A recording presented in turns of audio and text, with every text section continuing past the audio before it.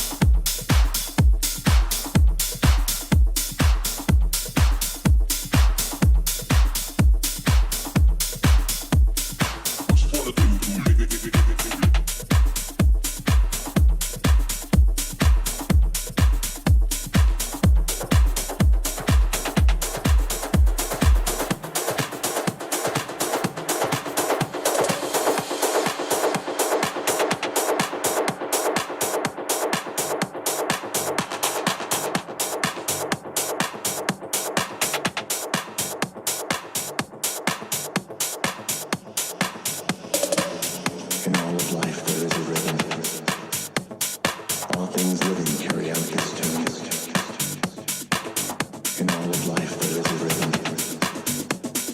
All things living carry out this tune.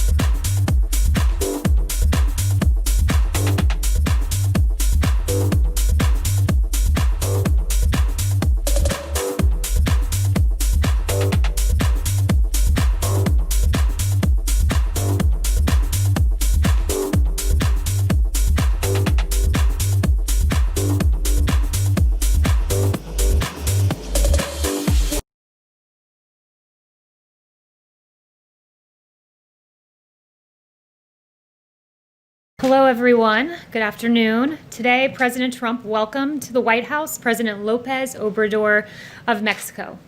The meeting reaffirmed the incredibly strong ties between President Obrador and President Trump. The leaders noted that many people have bet against their ability to work together in a strong and productive fashion, but rest assured, they work together and they work together well. The U.S.-Mexico relationship has never been stronger or more productive, thanks to the leadership of President Trump. The USMCA, in particular, is a major win for our two countries and for America's workers. Under the U.S.-Mexico-Canada agreement, more than 4 million manufacturing jobs will be regained that were lost under NAFTA. This will be a huge influx of American jobs that were lost under the failed NAFTA trade deal that went into effect. In addition, tens of thousands of manufacturing plants were lost because of NAFTA. We want to bring those on shore, and the USMCA will go a long way in bringing back those manufacturing plants and those millions of jobs that were lost under NAFTA. NAFTA was a bad deal for the American worker because it left American workers behind. Many politicians forgot the damage wrought by disastrous trade deals such as NAFTA, but President Trump did not forget.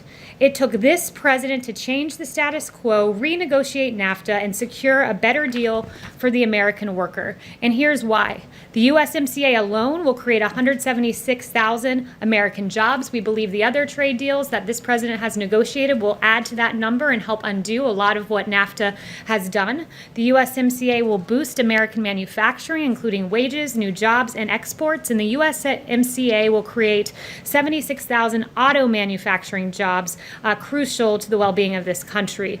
The USMCA is good for business. As President Trump rebuilds the strongest, most inclusive economy in history, the USMCA will help jumpstart our economy. The USMCA is projected to increase GDP by $235 billion. This means jobs, jobs, jobs.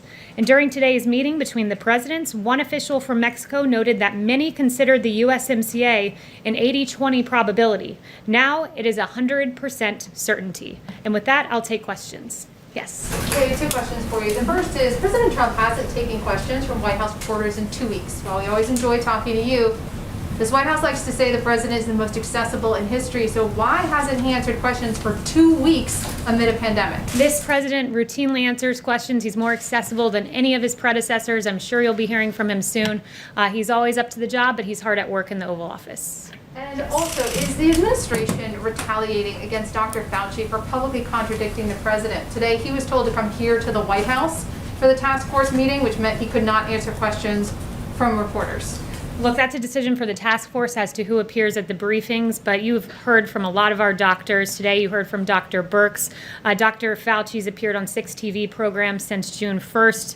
You just heard from him in a task force briefing on June 26th, and he participated in the Vice President's governor's briefing on COVID-19 on June 29th. So you've heard from him recently, along with the rest of our doctors in the past 5 days. Dr. Hahn's been on TV 6 times as well. Does the president still have confidence in Dr. Fauci? The president has confidence in the conclusions of our medical experts, but it's up to him to determine what to do with that information and to take what we hear from Dr. Fauci, Dr. Birx, and others, and take what he values in their opinion and come to the ultimate consensus that's best for this country. Caitlin. I have 2 questions as well. One, what is it exactly in the CDC guidelines that the president doesn't like?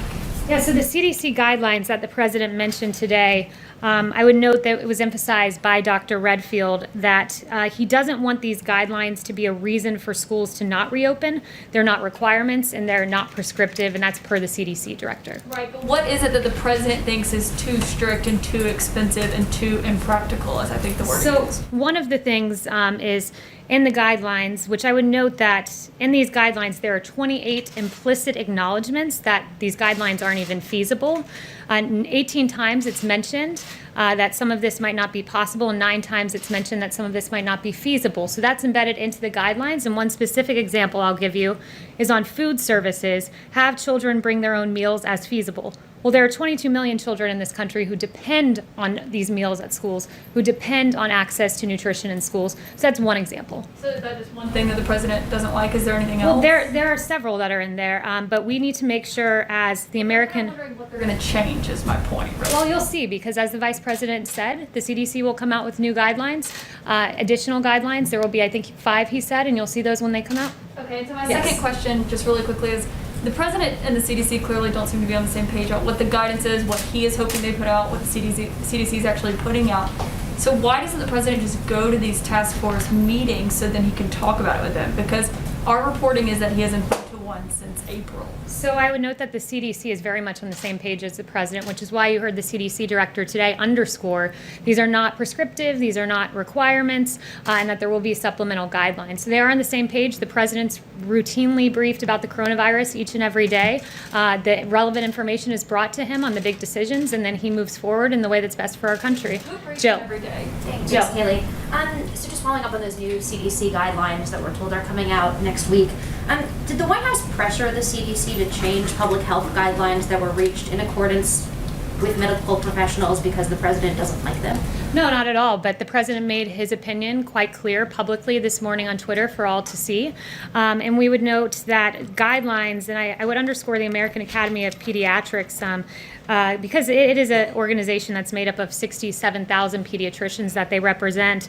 They are very adamant about kids needing to go back to school, and they said school policies must be flexible and nimble in responding to new information, and administrators must be willing to refine approaches when specific policies are not working. Policies should be practical, feasible, and appropriate for child and adolescent's development stage. Is the president against social distancing guidelines in school, things that are included in those guidelines now, like placing desks apart from each other, staggering school times? Is she against those elements of it? So I'm not going to get into each and every element and where he stands on it. The president wants us to go back to school safely. Our children depend on it. These schools are essential, and I think he stands on the side of parents across this country who want to see their kids back in school, who want to see make sure that their kids don't fall behind in education. Yes, Christine. Thank you, Kaylee. By this point in the 2016 campaign, President Trump had been talking about what would ultimately become the USMCA for more than 9 months. So when do you think we can expect President Trump to detail his priorities for a second term? I think you hear him talk about it quite often. More trade deals are on the horizon from this president, lower taxes, more funding for our schools. One announcement that I do have for you is that in CARES Act 4, he's looking to substantially bump up money for education, but at the same time understand that this money should go to students. So that's one priority we're looking at more in the immediate term, supporting our schools, supporting our families. He's talked about payouts, stimulus payouts to Americans that worked very well the first time. It's something he's mentioned for a phase 4. He's talked about payroll tax holiday, which would be a big tax break for America's workers. So those are a few in the immediate term, and you'll be hearing a lot more about a second term in the coming months. Do you think he might detail some of those priorities in his speech this Saturday at the rally in New Hampshire? So I don't want to get ahead of his speech this Saturday, but you'll certainly be hearing in coming speeches more about the president's vision for the second term. Building the economy is one thing that he mentioned just this week. You know, he brought the hottest economy in modern history once. He wants to do it again. He did that through deregulation, through lower taxes, and that led to historic low unemployment for Black Americans, Hispanic Americans, disabled, our veterans. And those are the kind of policies, conservative policies, he's looking at for a second term. And anything that you could say to Republicans on Capitol Hill who have talked to reporters and said that they would like President Trump to perhaps be a bit more forceful about what exactly he would intend to do? Well, the president's been very clear. I mean, I just mentioned to you what he wants in CARES Act 4. He's mentioned some other things, so I think he's very vocal about what he wants, and you'll be hearing more from him. Justin. Thanks. I had one on Hong Kong, but I first wanted to just follow on the rally question. Just before you came out, the director of the Tulsa Health Department said that the president's rally very likely contributed to a surge in coronavirus cases in the city. We know that allies and advisors of the president also have tested positive since Tulsa, and in New Hampshire, masks are recommended but not required. So I'm wondering first why the president continues not to require masks at his rallies, considering we've seen the public health outcomes that come from it, and whether that or other changes are something that he might look at going forward. The president's been operating in accordance with CDC guidelines, recommended but not required. But as he said recently, if he weren't tested every day and he was in a situation where he couldn't distance, he would wear masks. We hand them out. They're handed out by the campaign, rather, at these events, and there's ample hand sanitizer, and it's people's individual choice as to whether to go. Do you have a response to the Tulsa Health Director sort of I would pointing just out? I would just say that I have no data to indicate that on my end, but it's the decision of individuals whether to go. We encourage the wearing of masks. As the president said, if he couldn't distance, he would, but it's the individual choice of the person. And then on Hong Kong, I know the Chief of Staff and National Security Advisor have talked in the last couple of days indicating that the president might both sign the bill that was passed by Congress last week and hinted at additional action. So I'm wondering both if you have any updated guidance on the timing of those things, but also we've heard concern from U.S. companies that sort of aggressive sanctions that would be unlocked under the latest bill could hurt their businesses in Hong Kong and China. And so I'm wondering if you could kind of talk through the administration's thoughts about balancing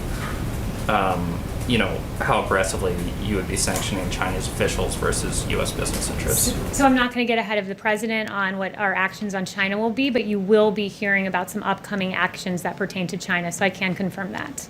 Yes. Yes, thank you, Kaylee. So still on Hong Kong, this morning, Robert O'Brien said that China has basically annexed Hong Kong. Can you explain what he means by that and what the administration plans to do about it? I think his words are quite clear. We've been quite clear from this podium that Hong Kong's special status is at risk because of the Chinese actions. So just to follow up on annexation, what are the administration's plans on actual plans of annexation from the Israeli on parts of the West Bank? So I won't get ahead of the president on those actions. Yes. Jeff. Thanks, Kaylee. You mentioned education before. The president said in his tweet this morning that he might take funding away.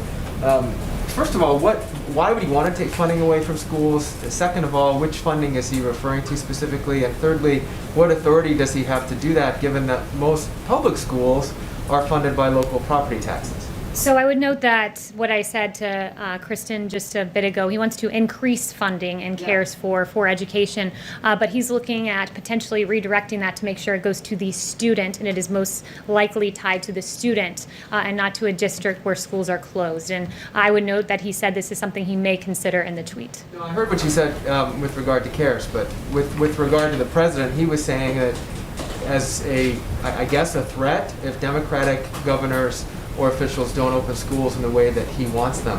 I'm just wondering, again, what authority he would use to do that and which specific funds he's targeting. Yeah, not in the ways that he'd want them to open. He wants them to reopen altogether. He wants students to be welcomed back to these schools because there are real consequences. Let's be clear about what we're talking about here.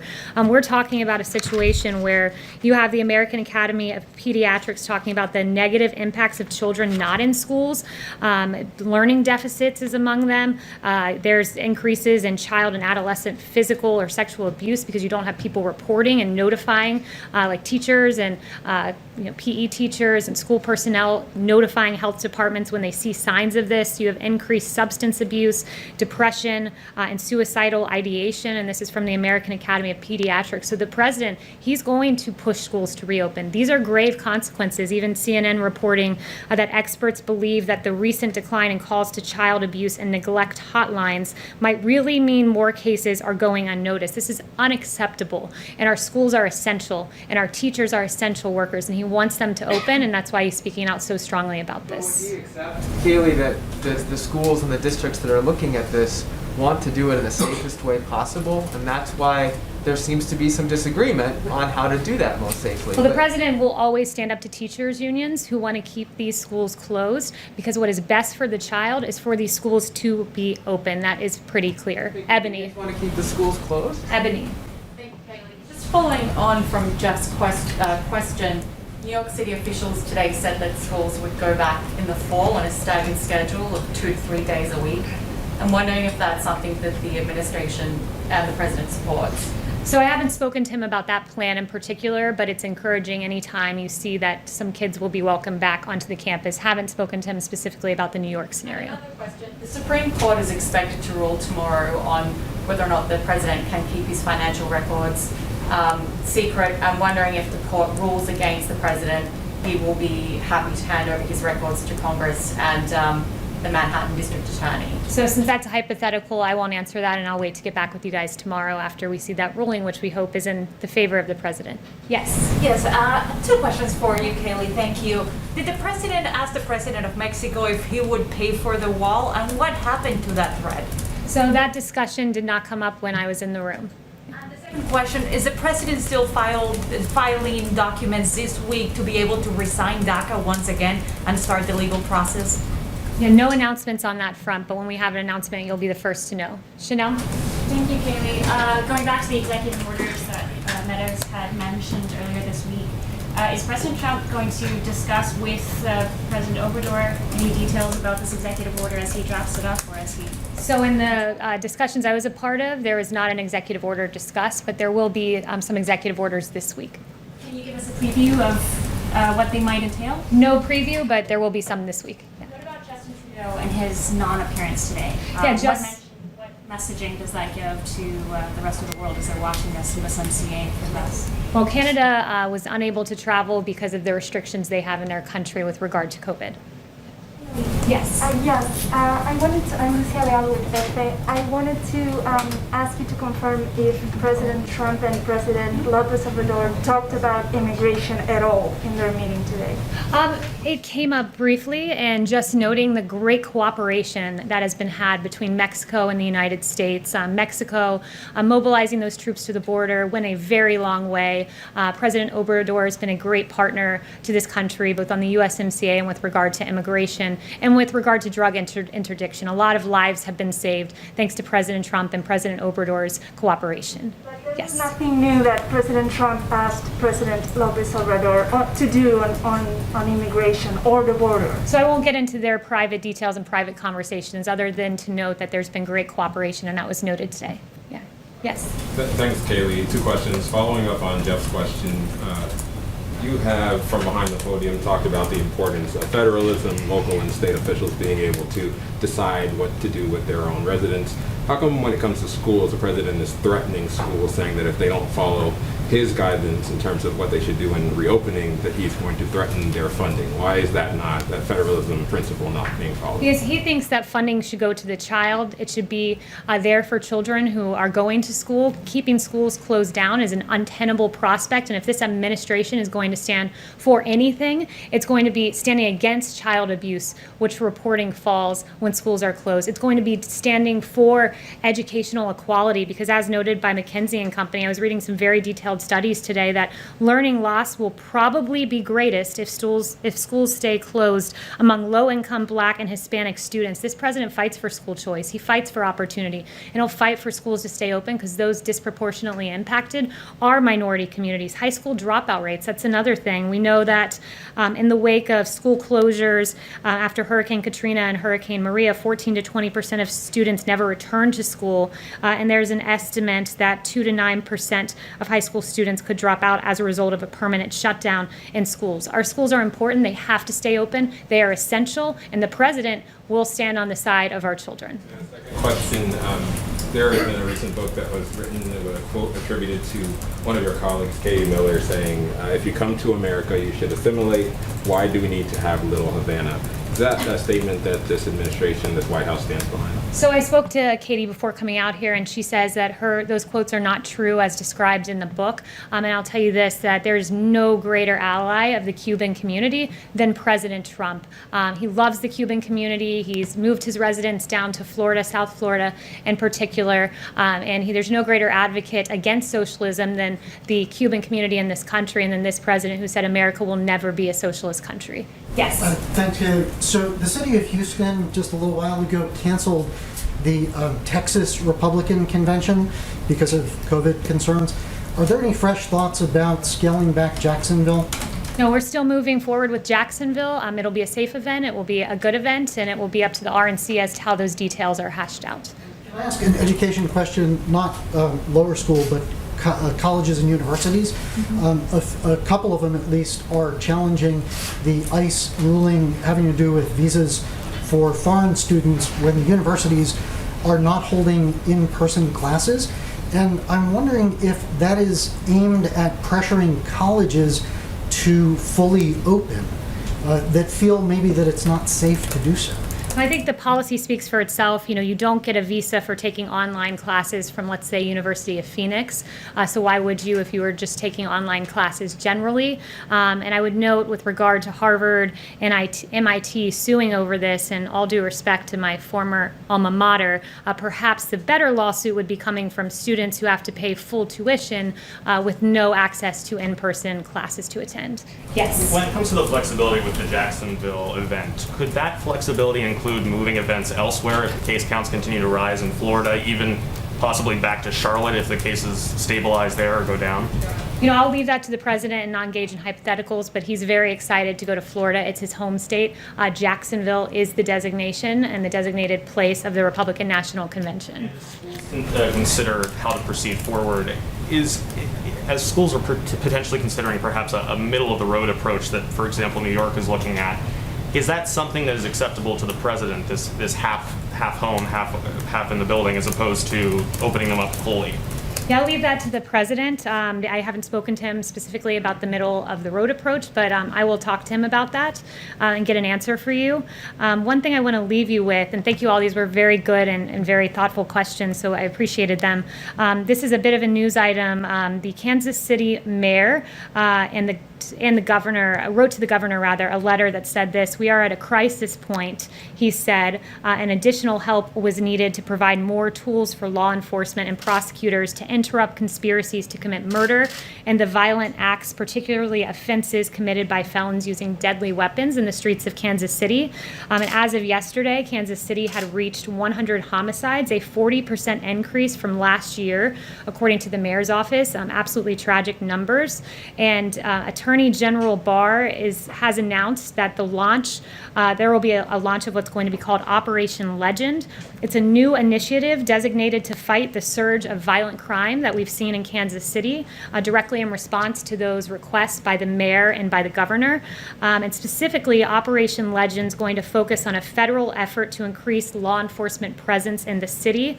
Attorney General Barr has directed agents from the Department of Justice's law enforcement agencies, the FBI, U.S. Marshal, DEA, and ATF, to be on the ground in Kansas City within the next 10 days to help state and local officials fight the surge of violent crime. Operation Legend is named after 4-year-old Legend Taliaferro, who tragically died on June 29th as a result of being shot in the face while he slept in his home. Taliaferro survived a heart surgery as an infant, and he tragically lost his life. And we at the federal government want to make sure that that never happens and use our resources to the fullest extent of the law to ensure that individuals and young children like Legend are able to live their lives and live so peacefully. Thank you so much. Hello, everyone. There has been no greater champion for rectifying racial and income disparities in America's educational system than President Trump. Every child, regardless of race, income level, or zip code, deserves an equal playing field of opportunity to access the American dream.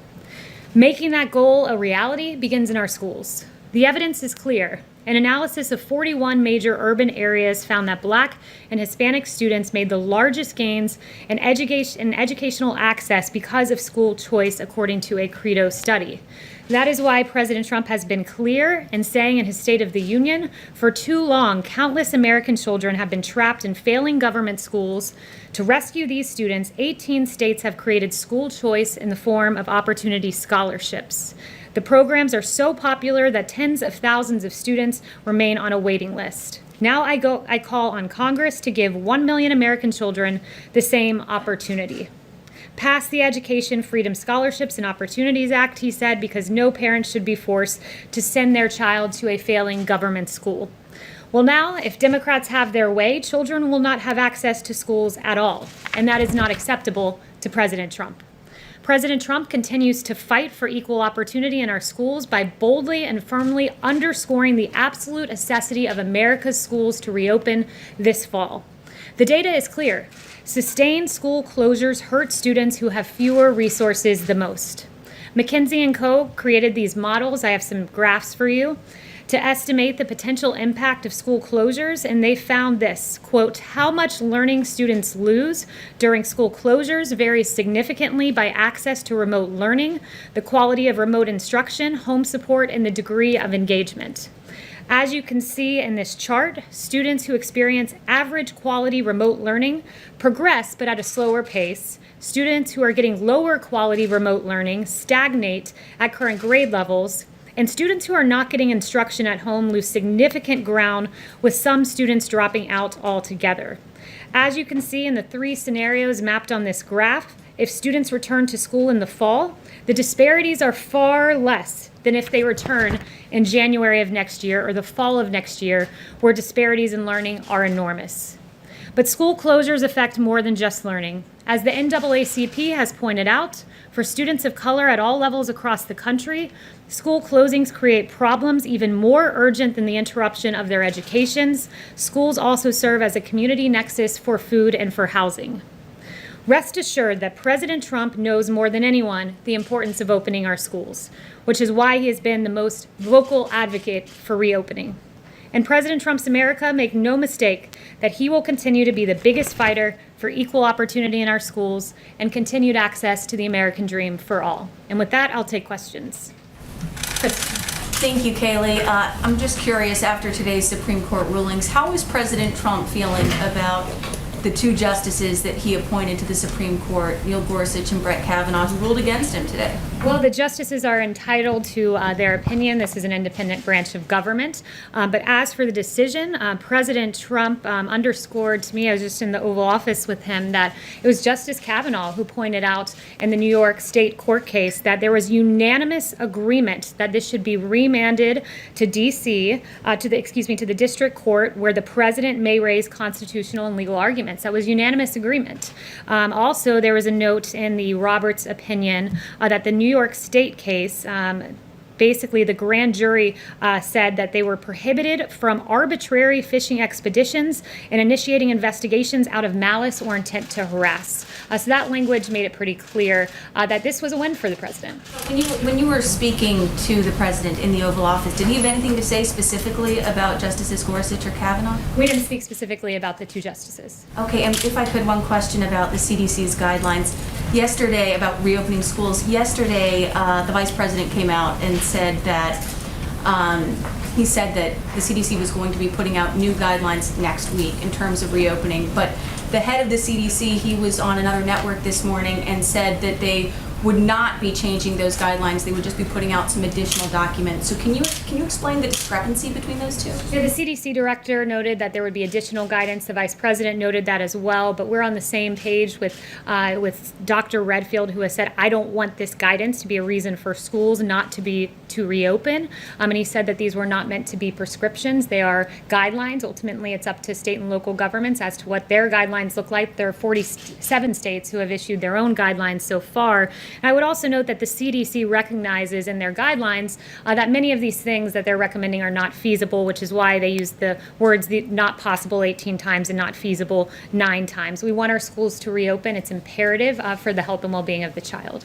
Yes. Thanks, Kaylee. You said yesterday that you had asked the president whether he supports the idea of staggered school reopening schedules, where kids go to school on some days, not others. Did you have a chance to talk to him? Yeah, I did endeavor to get with him on that today, but because of the Supreme Court ruling, we didn't quite get to that yet, but it is on my list of things to follow up with him about. And then to follow up, so, I'm sorry, it's 2 different things that the Vice President and Dr. Redfield described. One was changing the guidelines, the guidance that was previously released, and what Dr. Redfield discussed this morning was just adding supplemental guidance. Which of those is actually happening? And is the White House, in addition, also planning to release its own guidance? Well, I think Dr. Redfield was noting he doesn't plan to rescind the current guidance that's out there. It will be supplemental guidance, but these are not requirements and not prescriptive, was the way he characterized the initial guidance. And he said that this guidance should not be used as a reason for schools not to reopen. We all have the same goal here, and it's for schools to reopen because the health of the child absolutely depends on it. And it's imperative, as the presentation I showed, to rectify disparities that we get these schools open. And sorry, is the White House releasing an additional document as well? I have no announcements on that. None in the works, but doesn't mean that it won't happen. Yes. Thank you, Kaylee. I'll try to barrel through these quickly. Are the president's taxes still under audit, and specifically which years? The president's taxes are still under audit. I don't have years for you. Okay, let me ask you if I can. He could release his taxes at any time. This case went all the way to the Supreme Court. His own nominees ruled against him. Why shouldn't the American public at this point believe that the president has something he's trying to hide?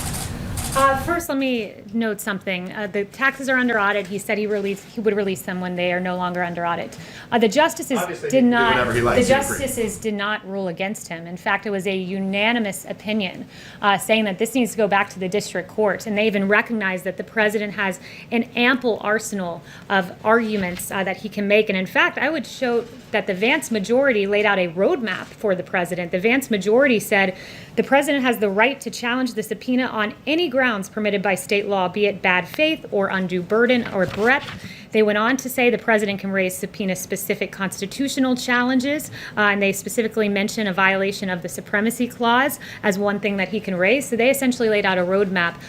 His justices did not rule against So him. to be clear, okay, fine. I don't dispute anything that you just said. What I'm asking, though, is the president, whatever the court says, the president can release his taxes whenever he likes. So why shouldn't Americans at this point believe that the president isn't trying to hide something in there? The media has been asking this question for 4 years, and for 4 years the president has said the same thing. His taxes are under audit, and when they're no longer under audit, he will release them. But I would also note the excruciating ruling for House Democrats, who were very much called out for their partisan games. They also subpoenaed the president's financial information, and Justice Roberts said, far from accounting for separation of powers concerns, the House's approach aggravates them by leaving essentially no limits on the congressional power to subpoena the president's personal records. So leave it to House Democrats, who did a partisan impeachment, a political witch hunt against this president, and this was yet another part, only to be rebuked by the Supreme Court. Let me ask about coronavirus. Just my follow-up, if I may, on coronavirus quickly, Kaylee. Hospitalizations in the country are up 50%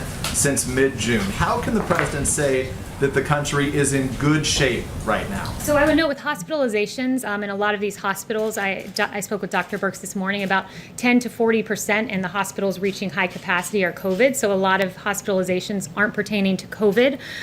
What I would also note, and I'm glad... Hospitalizations is not because of COVID? Well, a lot of it is elective surgeries and other surgeries that have opened up. About 10 to 40% in the hospitals reaching capacity are COVID related.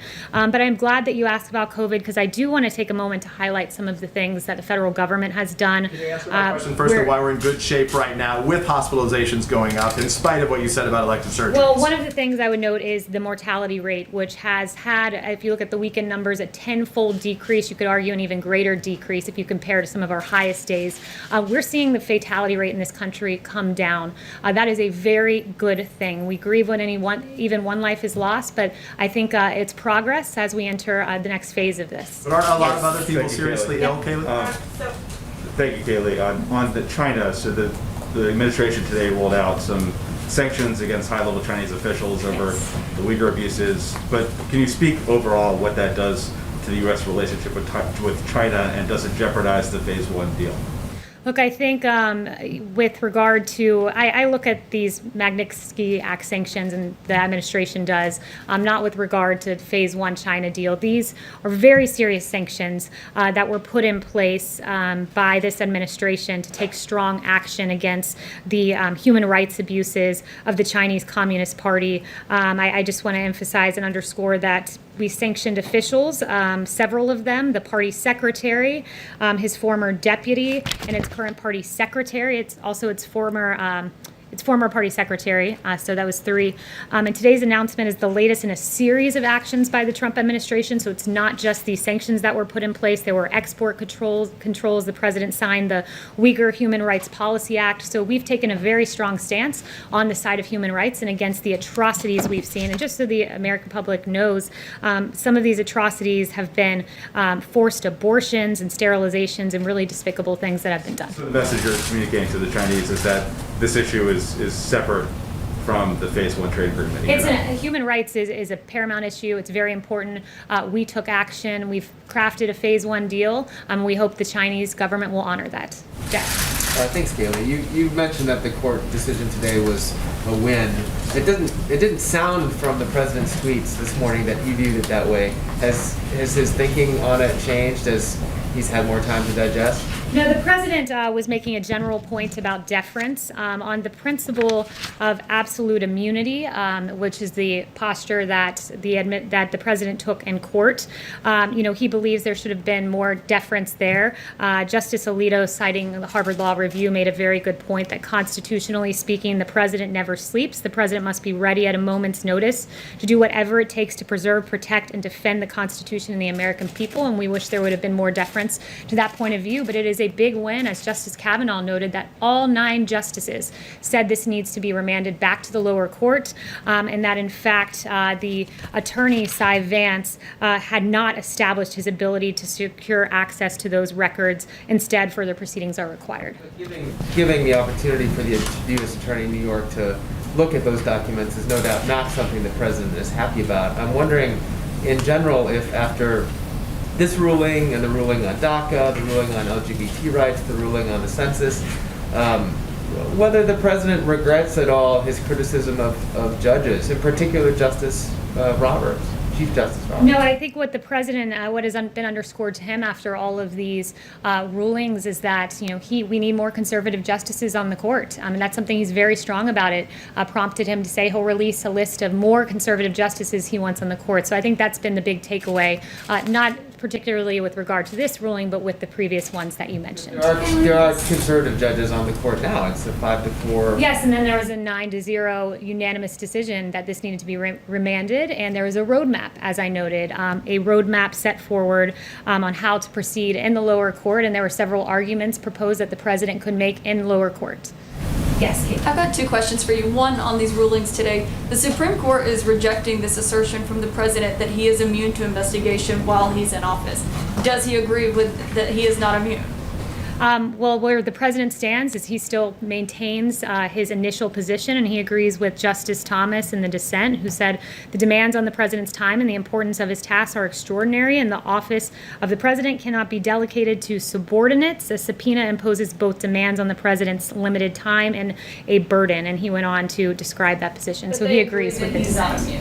He agrees with the dissent by Justice Thomas. So he takes issue with the point that the majority made on absolute immunity, but nevertheless, I would underscore the victory here as Cy Vance, the attorney, was not given what he wanted, which was access to the records. He still thinks immunity is he's immune to investigation. The president still stands beside the posture that he made. He accepts any Supreme Court opinion as the law of the land, but nevertheless doesn't change his viewpoint.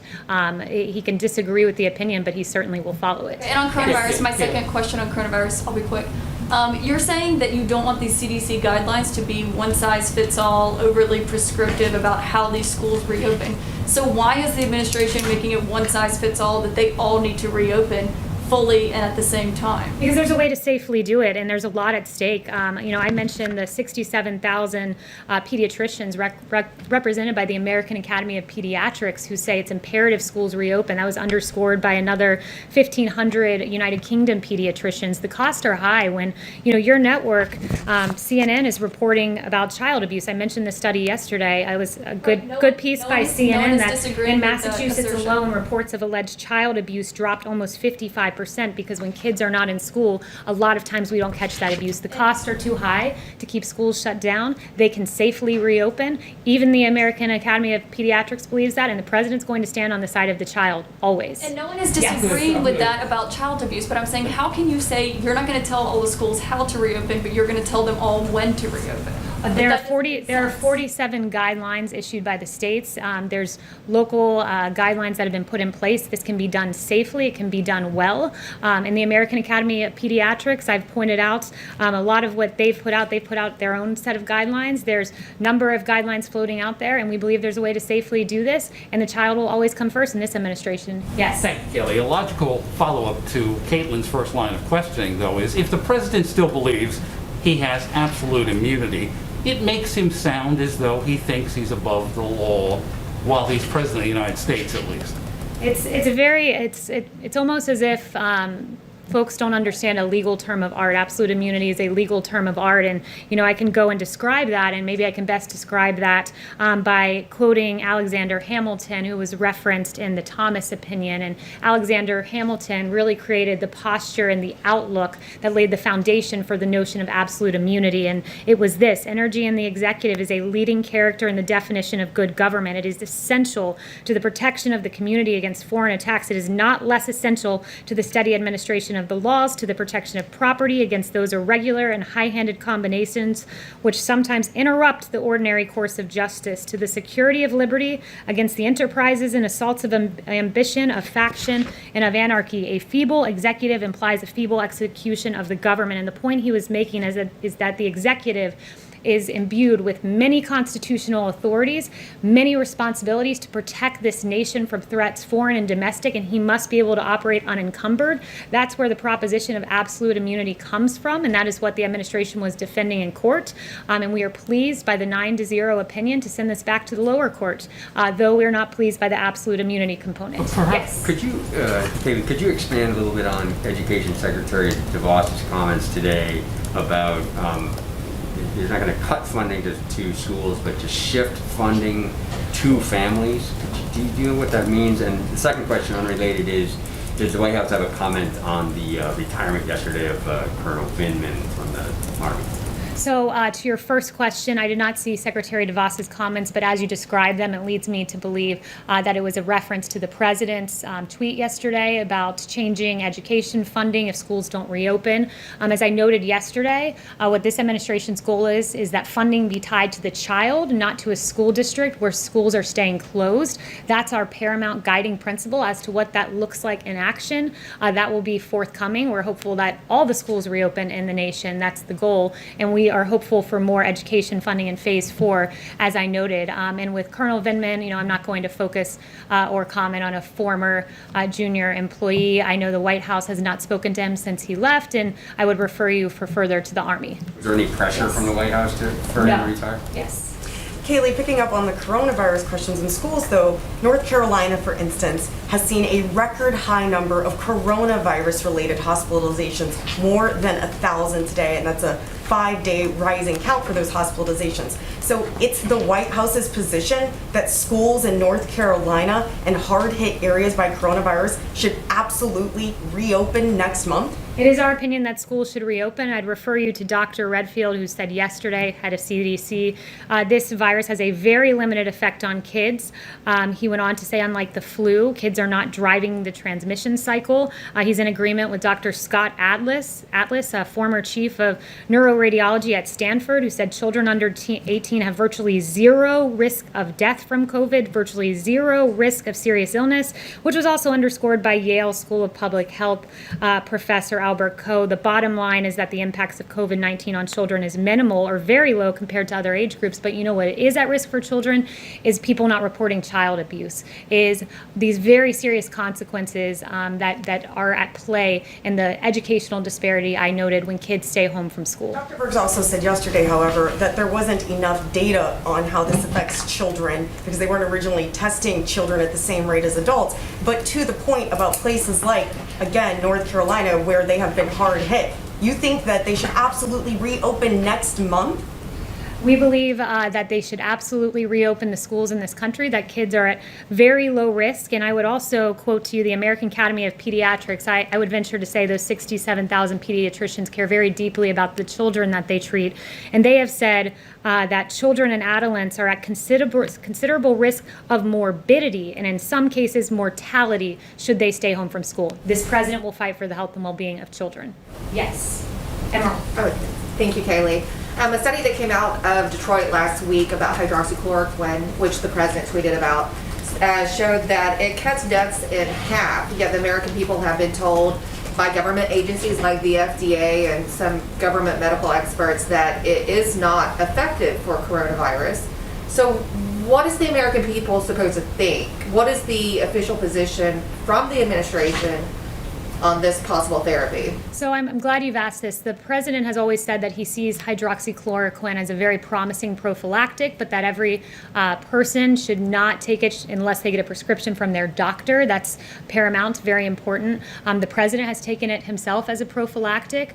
And I would note that there's been a lot of wrong studies out there that were heavily touted. Like there was a Lancet study that was published, and many in the media pounced on this Lancet study, and it questioned hydroxychloroquine. And you had folks like NBC's Glenn Kirshner saying the president should resign over the Lancet study questioning hydroxychloroquine, and CNN spent over 90 minutes heralding the study that's now debunked, that has been detracted. But what we have found, though the Lancet study has been retracted, we have seen a Henry Ford Health System study, and that Henry Ford Health System study showed that it is very promising, leading CNN to now tweet a surprising new study found that the controversial anti-malarial drug hydroxychloroquine helped COVID-19 patients better survive in hospitals. And the CEO of Henry Ford Medical Group said it's important to note that in the right settings, this potentially could be a lifesaver for patients. So our position is where we always were, where the president was weeks and weeks before the study ever came out, that this was a promising drug,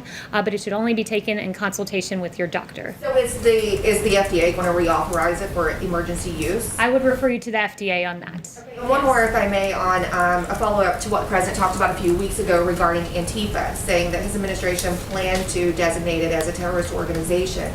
We haven't really heard anything else about that. Is that still the plan, or when is that happening? So that was the Department of Justice saying that they will prosecute these cases as domestic terrorist cases.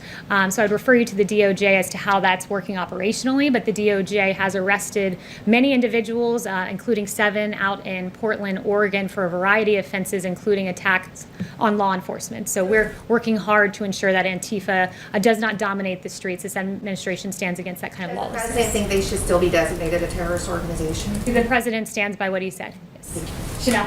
Thank you, Kaylee. One question on Cyrus Vance, the New York DA who was demanding Trump's taxes.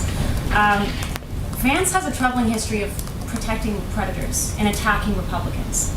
Case in point for non-New Yorkers, in 2011, he worked to reduce Epstein's sexual predator status. In 2015, NYPD had audio evidence of Weinstein admitting rape, and Vance's office refused to prosecute. All this while attacking President Trump's family and their enterprises. Given this history, what is President Trump's views of Vance from both a personal standpoint and a political standpoint? Is this Vance is he just politically abusing the court system? What is Trump's views on him? Yeah, you raised some very good points about the partisan attorney in Manhattan. Justice Alito said this in his opinion. It really stood out to me. He said, as for the potential use of subpoenas to harass, we need not exhibit a naivete from which ordinary citizens are free. As we have recognized, a president is an easily identifiable target. There are more than 2,300 local prosecutors and district attorneys in the country. Many local prosecutors are elected, and many prosecutors have ambitions for higher elected office. Bring in Cy Vance, a Democrat, someone who, Justice Thomas pointed out something very interesting.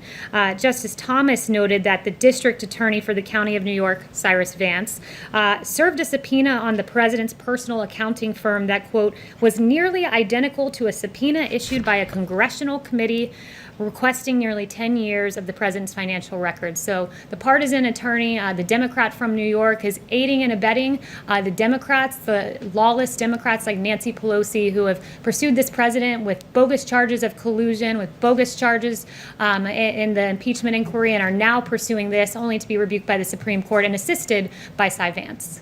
For non-lawyers, I mean, is there legal recourse against overly political DAs out here, or is this just a war on a different front? I'd have to, yeah, this was an individual who was elected at the state level, so I guess the recourse would be the ballot box. But I would also note, just on that point, that you have President Obama and Vice President Biden, who were caught spying on the Trump campaign, the opposition party. You had former Vice President Biden in the Oval Office just before the inauguration, talking about the Logan Act. And later, the Logan Act was weaponized and used against Lieutenant General Michael Flynn in a way that was so unfair and a grave miscarriage of justice. But you have Obama and Biden who get away with this, but yet we need to go investigate President Trump. It really is quite nonsensical. Yes. Thanks, Kaylee. In President Trump's tweets about the Supreme Court decisions this morning, he said he thinks the court treated him differently than it would have treated other presidents. So does he think this was a political decision by the Supreme Court, or that politics or personal views somehow entered into their legal reasoning? So I think you were referring to the tweet about broad deference, and what he was trying to note there, what he was noting was just that there should have been further deference to this notion that I read by Alexander Hamilton and others of absolute immunity to allow the executive and the president to do the very important job of protecting this country and all the other tasks given to a president of the United States. The Supreme Court gives a delay ruling that they would never have given for another president. Yeah, and I would also point you, with regard to that, I think Justice Alito hit on this. He said in the Clinton case, for example, the court held that a sitting president could be sued in federal courts, but the court took pains to reserve judgment on the question of whether a comparable claim might succeed in a state tribunal. Any direct control by a state court over the president, the court observed, might raise concerns about protecting federal officers from possible local prejudice. So that is to say that even back in the Clinton case, where federal court prosecutions were green-lighted, they gave their grave reservations for a state court proceeding of this nature. So I think he was noting the distinguishing features there. Yes. I'd like to ask a clarifying question from something that was said earlier. The president, you said, would like to see more conservative justices. Is he comfortable with the number of 9 justices? There's nothing in the law that says he has to only have 9. Would he consider appointing more? So the president has never mentioned adding other justices, but the Democrat Party has, as a way to get around, I guess, the rulings they don't like. And then I have a question about the unemployment numbers from today. 1.3 million additional claims in the last week. A bit of a slowing down of that recovery. Are you at all concerned that the numbers continue to be so high, still almost 4 months into continued unemployment claims? So I would note that the numbers fell 100,000. This was the 14th consecutive weekly decline that we've seen. And from its peak in late March, initial claims are down 5.6 million. Also looking at continuing claims, another metric that came out today, they reflect actual benefit payments, and those fell 700,000 from its peak in May 8th, the week of May 8th, and they are down nearly 7 million. And combined, as Larry Kudlow was shared with me those facts, in May and June, the Bureau of Labor Statistics reported that 8 million jobs gain. And as Larry likes to say, the V-shaped rebound continues. Well, are there any concerns that those jobs are not returning fast enough? Particularly today, the market seemed to notice the unemployment claims more so than it has in recent weeks. I would say that the 2 jobs reports, the 8 million together, both record-breaking months, are very encouraging signs. And we like what we see on the horizon. Of course, there's more work to be done, but we have the jobs president at the helm to do that work. David. Hi, the Health Department director in Tulsa has said President Trump's rally there likely contributed to a big surge in coronavirus cases in the area. Does the president now regret holding that rally? So we have not seen data to reflect that, and no, we don't regret holding the rally. Yes. Can I ask about the visit yesterday by the Mexican president? Can you tell us if President Trump discussed the issue of funding for the wall with the president, and if not, is that now a dead issue for the president? It didn't come up in the discussions that I was a part of, but I'm grateful that you bring up the wall, which is being built at accelerated pace, more than 500 miles by the end of the year. And we really appreciate the help of the Mexican government in securing the border with the troops that they've provided. Does the president contend that the Mexican government may still contribute, directly to fund? So again, I'm not aware of their other discussions they may have had, but what I would note is the USMCA, that Mexico is a big part in making happen, is bringing tons and tons and tons of money and revenue into the United States, and we're very grateful for that. Yes. Hello, thank you, Kaylee. Two quick questions. First of all, given United Airlines' recent announcement that they might have to furlough some 36,000 workers, does the president support extending the aid that was already given to the airlines further? And second, on vaccines, does the president have any views on whether or not K through 12 students should be mandated to get vaccinated against COVID-19 once a vaccine is safe and effective? So I haven't talked to him either about that point specifically on vaccinations or the airline extension, but I can circle back. Yes. And so one thing, I think I got to everyone, so just one last note I want to leave everyone with, because I do think it's a very important point, is just that there was a Rasmussen poll that came out recently that showed 64% of Americans are concerned about the growing criticism of America's police and that it will lead to a shortage of police officers and reduce public safety. And of all of the demographics polled, Black Americans fear most for public safety, with 67% acknowledging their concern for this. And this is why President Trump has taken action, calling strongly for law and order and peace in our streets, and he's set the tone at the top for mayors and governors. Additionally, we've had the hundreds of federal arrests, the executive order that's enhanced our police departments, and Operation Legend, which I announced yesterday from the Justice Department, in honor of Legend Talaferro, a 4-year-old boy who was tragically killed in his sleep in Kansas City. And as we head into the weekend, this is our last press briefing of the week, and so I just wanted to make a plea for peace in our streets, because far too many children have been lost. It's important to know their names. It's important to see their faces. And may we all hold in our prayer and keep close to our hearts the families of Natalia Wallace, who was 7, Makai James, who was 10, Bernardo Jones Jr., who was 14, Sincere Gaston, who was 1, Lena Nunez, who was 10, Amaria Jones, who was 13, Devon McNeil, who was 11, and Sequoia Turner down in Atlanta, who was 8. Let's make sure we have peace in our streets this weekend and hold these families in our prayers. Thank you. Hello, everyone. President Trump will participate in a roundtable to hear stories of families positively impacted by law enforcement that will be taking place shortly after this briefing concludes. The president stands with our police officers, our men and women across this country who valiantly patrol our streets and protect our citizenry. This president stands on the side of law and order to secure peace in our streets. That has always been his priority and remains so today. Tragically, this weekend we saw a devastating ambush attack against brave law enforcement officers in McAllen, Texas. Officer Edelmiro Garza Jr., who was 45 years old, and Officer Ismael Chavez, who was 39 years old. And while responding to a domestic disturbance call, Officers Garza and Chavez arrived on scene to protect the people that they serve. They were met with gunfire. They were ambushed by a violent and dangerous suspect who horrifically shot before they even drew their weapon or had a chance to call for backup.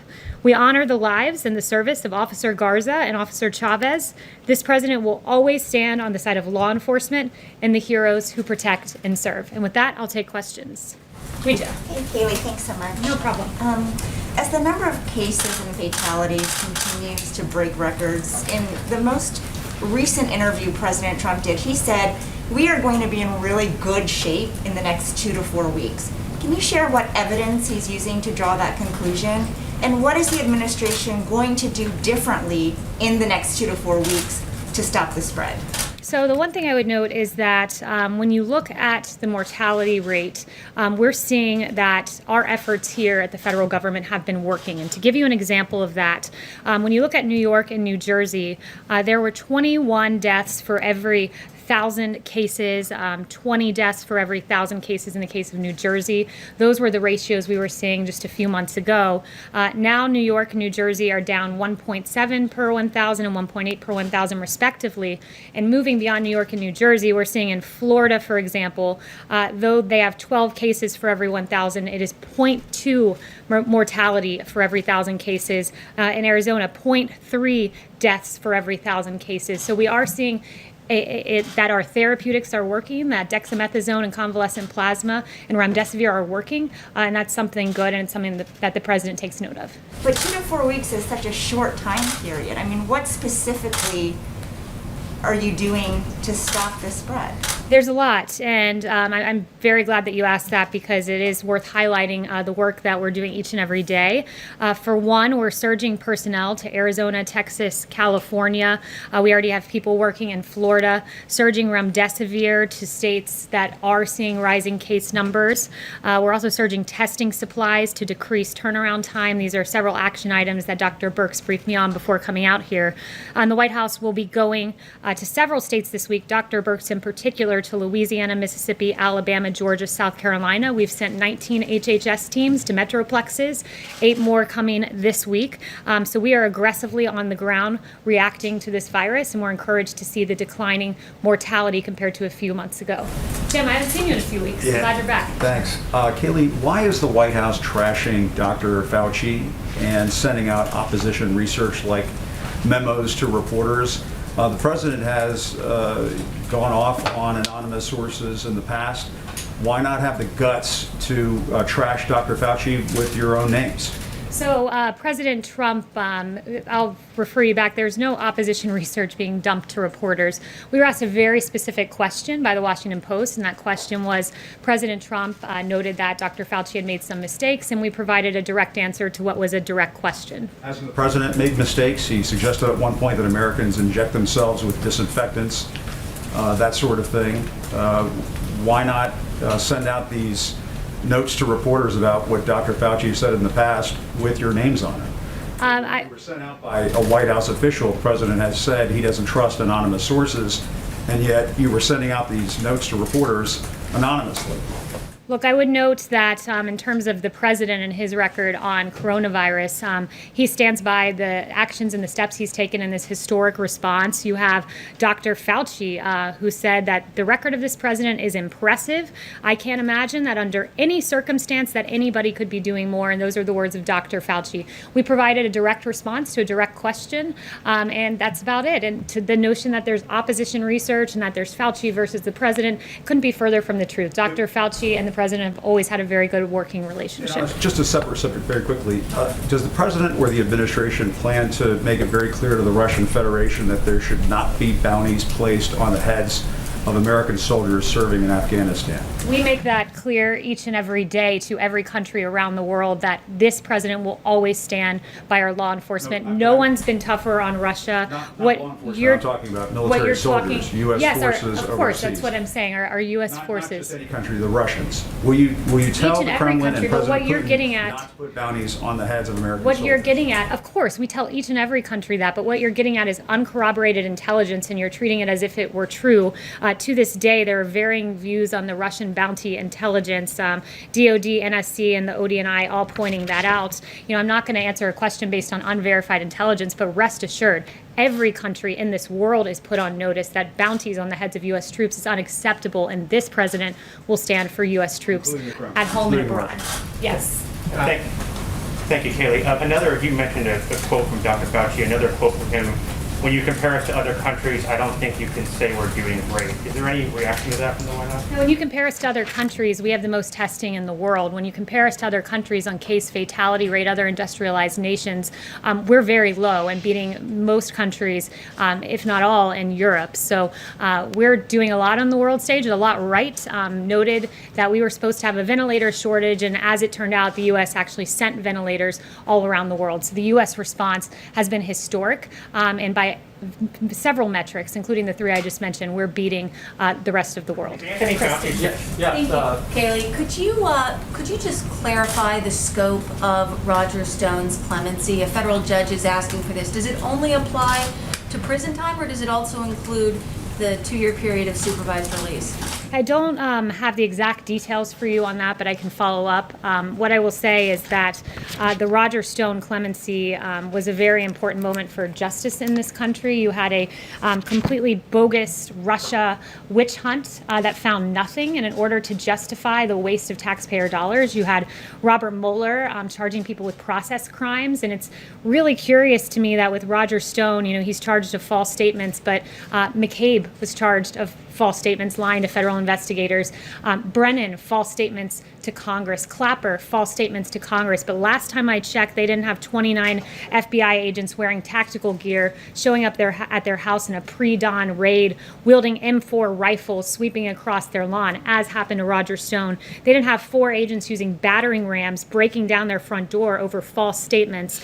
And they didn't have helicopters hovering over their houses and 2 police boats that roared up. Instead, McCabe and Clapper and Brennan and these guys are given lucrative contracts, books, contributorships. So there are really 2 standards of justice in this country, as Adam Schiff noted. Fortunately, he doesn't have the facts to back up the way he meant that term. Mario? One more question, if I could. The president retweeted something this morning implying that he believes that he retweeted something saying that the CDC is lying about the coronavirus in order to hurt his chances of getting reelected. Does the president believe that the CDC is lying about COVID-19? The president, with his intent in that retweet, expresses displeasure with the CDC, some rogue individuals leaking guidelines prematurely. You had a 63-page plan that was leaked prematurely. He believes that that misleads the American public when there are planning materials released that are not in their fullest form and their best form. So that's what he was getting at. But overall, the notion of the tweet was to point out the fact that when we use science, we have to use it in a way that is not political. When you had 1,300 health experts sign a letter not to condemn large crowds of protesters, but some same health experts say churches need to stay shut down, or lockdown protests somehow don't get the same First Amendment rights as the protest that we saw in our streets. We need to use science, lean into science, but not use it and cherry pick it to fit whatever our particular political persuasion is. So he has confidence in the CDC? He does. Mario. Thank you, Kaylee. Given what we're seeing in Florida with the cases rising, is the president anticipating a scaled-down version of the convention next month? And if so, is that something that he would be content with? That would be a question for the campaign, but we still plan to move forward with the convention here at the White House. But for particularities, I would point you to the RNC and to the campaign. Yes. Just to close the loop on Dr. Fauci, does the president still appreciate the advice that he gets from him? Certainly. Dr. Fauci is one of many on the task force who provides advice. And I would note, Dr. Fauci is an epidemiologist, an infectious disease expert, and he provides his opinion there. You also have other experts like Dr. McCann's Katz, who are behavioral health experts who provide opinions about the holistic health of the child, and she's been a voice for reopening schools and the damage long-term lockdowns can do. You have Dr. Moncef Slaoui, who's working on the vaccines. So there are a number of scientists who are experts in various issues and various specialties, but the president takes the full opinions of the task force and the varying opinions sometimes and moves forward in a way he thinks is best for this country, like he did with the China travel ban. Secondly, Kaylee, the travel ban with Canada expires in about a week. Is that going to be extended? Or are you talking with Canada about that? So no announcements now for our plans with Canada. Yes, Arizona has more new cases of coronavirus than any country in the world, more than the European Union as a whole. So isn't by that metric the United States not doing as well as other countries in handling this? No, because when you lead the world in testing, that means that you identify more cases. When deaths are starting to rise. And I would note, well, you talk about deaths. I can give you that particular information, which Dr. Birx gave to me before running out here, which is in Arizona, you have 17 cases per 1,000 population and 0.3 deaths per population, which means our therapeutics are working, and we're in a better place today than we were before. Kimberly Bird, a school teacher in Arizona, died, however, when she was following all the rules. She wore a mask, she wore gloves, she was teaching summer school, she got it, died. 2 other teachers got it and are ill. Her family, her husband, her daughter, I mean, how do you tell parents of school children that it's safe to send their kids back to school when something like that happens? Well, I would point you to the words of the CDC director who said children are not very affected by this and typically are not spreaders in this. But I would also point to the consequences of staying closed. We have to look at the holistic health of the child. And when you have, according to HHS, 1/5 of all child abuse cases being reported by teachers and educational staff, we cannot stay closed. When you have DC Family Child Agency talking about a 62% decrease in abuse cases being reported, you cannot stay closed. When even the AAP, American Academy of Pediatrics, talked about morbidity and mortality if schools stay shut down, and 70 to 80% of children with mental health diagnoses receive their care in schools. The consequences are grave if we stay shut down. And there's a way for essential workers to go back to work just as our meatpacking facilities did, just as you all in the media are essential workers. We believe our teachers are as well. Catherine. Thanks, Kaylee. The administration has said that the goal of maximum pressure is to force Iran back to the negotiating table so we can get a better deal. Is that still the goal of maximum pressure? And in light of the reported new trade and military partnership between Iran and China, what evidence is there that the policy is succeeding? I have no information today to update you on our Iran relationship, which stays the same today as it has been. Yes, Daniel. Thank you. I have two quick questions. President Trump's former chief of staff, Mick Mulvaney, who still has a role in this administration, he said in an op-ed today that we still have a testing problem in this country and that he and his son have to wait for 5 to 7 days for results. If even President Trump's former chief of staff levels this criticism, doesn't that indicate we do have a problem with testing? Do you have a reaction to his op-ed? Yeah, our reaction is that we've tested, we lead the world in testing. We've done more than 40 million tests. That's an extraordinary number. Admiral Joie gave us an update yesterday that on Friday we did over 800,000 tests. We tripled, quadrupled the number of tests. This is his exact quote. We have, and we also have 12,000 retail test sites that are there, and we're surging testing in basically every specific county that's having a problem. And Dr. Birx was just walking me through pooled testing, which will be a way to process tests at an even faster rate. So leading the world in testing, I would say, means we're doing a pretty good job. Does the president have a reaction to the Washington Redskins dropping their name today? Yeah, it's a good question. You know, I haven't talked to him since the specific announcement's been made. I have talked to him, but not specifically on that. But last week, his tweet made it clear that these teams name their teams out of strength, not weakness. And he talked about the Washington Redskins and Cleveland Indians looking at changing their names. And he says that he believes that the Native American community would be very angry at this. And he does have polling to back him up. There was a Washington Post poll from a few years ago that 90% of Native Americans say they're not offended by the name. It is reflective of a 2004 poll. And the Washington Post notes that many of these Native Americans voiced admiration for the team name, like Barbara Bruce, who said, "I'm proud of being Native American and of the Redskins. I'm not ashamed of that at all. I like that name." Gabrielle Nez, another 29-year-old from the Navajo community, "I really don't mind it. I like it." And there were several other comments like this in the Washington Post. Kaylee. Deborah. Thank you, Kaylee. I have a question myself, and then as a principal, I'd like to ask a question from a news organization that can't be here because of social distancing. My question. In February, when he was in Las Vegas, speaking to Hope for Prisoners, the president said he didn't want to use his pardon power on Roger Stone because he thought he could be exonerated. That didn't happen, and the president commuted his sentence. During the same event, the president said that he might give a full pardon to John Ponder, a convicted bank robber who served his time, turned his life around, and started Hope for Prisoners. Is there going to be a pardon for John Ponder? And what about the more than 1,300 pardon applications sitting in the pardon attorney's office? Because there's talk now that people don't go to the pardon attorney's office, they go through the White House. Is that a good thing, or does it mean that only politically connected people can get pardons? So I have no update on John Ponder. It's absolutely not the case that only those who are politically connected get a pardon.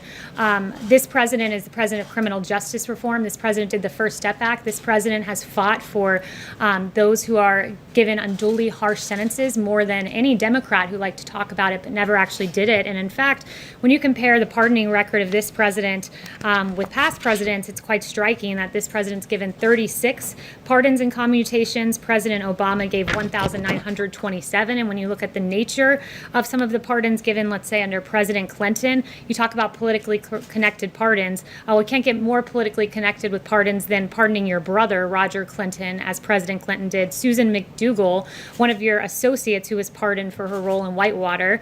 Mark Rich, who gave $450,000 to the Clinton Library, or at least his wife did, donated $1 million to Democrat campaigns, and then he gets a pardon from President Clinton. And notably, a lot of these pardons were when he was going out the door. So this president's used it sparingly and instead focused on criminal justice reform, helping to rectify racial disparities in our sentencing. And Clinton and Obama appears did a whole lot of pardoning, and in some cases politically motivated, it seems, but didn't do a whole lot to help the innocent people who have served their time and been given unduly harsh sentences. I have Chris. a follow-up for someone who asked me to ask a question because of social distancing. This is from Jackson Richmond of the Jewish News Syndicate. What's the president's stance on Israel planning to apply sovereignty to parts of the West Bank and to Democrats? From Nancy Pelosi to AOC, who warned that such a move would undermine U.S. national security and the U.S.-Israel alliance. So I have no update today on the current status, but just other than the president has been a strong supporter of Israel. Chris. Thanks, Kaylee. We're coming up on the 3-year anniversary of the president tweeting he banned transgender people from the military in any capacity, which led to the policy currently in place. Last week, a group of 116 lawmakers led by Congresswoman Del Bene wrote the administration urging them to lift the policy. Would the president reconsider the policy? I haven't talked to him about that specific policy, but this president is proud that in 2019 we launched a global initiative to end the criminalization of homosexuality throughout the world. He has a great record when it comes to the LGBT community. The Trump administration eased a ban on blood donations from gay and bisexual men, and he launched a plan to end the AIDS epidemic by 2030. So we're very proud of our achievements. The ban on John. transgender people in the military is still in place. John. We have a Supreme Court ruling that anti-trans discrimination is a form of sex discrimination. We have an estimated 14,700 people in the military who identify as transgender. We have a poll showing upwards of 70% of Americans support transgender service. And we have major medical and psychological groups saying there's no problem with transgender people in the military. So what is the reason for having the policy currently in place? I have no updates for you, but several of the events that you cited, like the Supreme Court ruling, I would refer you back to Justice Kavanaugh, who said we are judges, we're not members of Congress. Instead of a hard-earned victory won through the democratic process, today's victory is brought about by judicial dictates. So we'll always stand on the side of correct statutory interpretation. Thank you. Yes. Katie, thank you very much. John. Can you really say that the rise in testing accounts for the rise in the number of cases?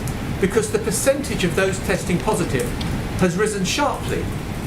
Yes, so I would say to this, as we've always said, that there would be embers, there would be fires. So we readily acknowledge the embers and the fires that are around the country, but we also note that it's logic, basic common sense. When you're testing more than any country in the world, you're going to identify more cases. We've tested more than 40 million. That means we will identify more cases. But when you see the fact that mortality has come down per thousand population in a way that it was not months ago in New York and New Jersey, it means that we have become very adept at our therapeutics and our ways of finding people in communities rather than in hospitals, catching things early and moving forward in a way that we know how to aggressively attack this virus and keep the American Follow up with the travel ban. Chanel. Just can I ask you on the travel ban? Sure. What is the rationale now for keeping people from Europe, Ireland and the UK from the United States when they have a fraction of the number of cases that you do in the US? The argument is we will always put America first. Chanel. Thank you, Kaylee. If you will expand on the difference between this time last month and now when it comes to framing the discussion about law enforcement. Last month, the president hosted a law enforcement roundtable, and at that roundtable, he said that he would not support defunding police. And yet, 1 month later, we still have Democrat cities doing so, disbanding their police, defunding their police. How does the White House feel it should frame the debate now with regards to defunding the police so that a reasonable discussion can be had with these Democrat cities who are trying to do so? Yeah, it's a very good question. We know that in Los Angeles, when they announced that they would be defunding their police department by $150 million, they basically immediately after, saw a 250% increase in homicides. When you have people out there like Representative Ilhan Omar saying we have to completely dismantle the police and police are our cancer, this is not how we should be talking about our heroes. You have, most egregious of all, really, Congresswoman Alexandria Ocasio-Cortez saying defund the police means defund the police. She criticized, of course, the announcement of $1.5 billion being taken down from NYPD. And this weekend, when faced with there were 28 shootings in New York, 600% increase from this time last year. You have Representative Ocasio-Cortez saying this is just because people are trying to get food with their families. That is preposterous. The reality is 63% of Americans in this country fear that criticism of our police departments will lead to no public safety in their streets. And 69% of Black Americans, this is a real issue when you call our police cancer, when you talk about dismantling them. And then this weekend in New York, you see a 1-year-old killed in his stroller. His name was DeVell Gardner Jr., and that 1-year-old will be in our prayers. Not only that, you see Officers Garza and Chavez. And to your question about how we should talk about the police and defund the police, a movement the president stands against, the two officers ambushed this weekend. One of them, Officer Chavez's daughter, wrote a very touching tribute online. She said, "Words cannot describe the pain I'm in, but I'm glad my dad is at peace. You are an amazing man, and anyone who ever came across you knew that. I'm going to miss you so much. You died doing what you love most. You died a hero." And those touching words were written by Savannah Chavez. And I know she received vile and outrageous comments online that were absolutely atrocious for a touching sentiment to her dad.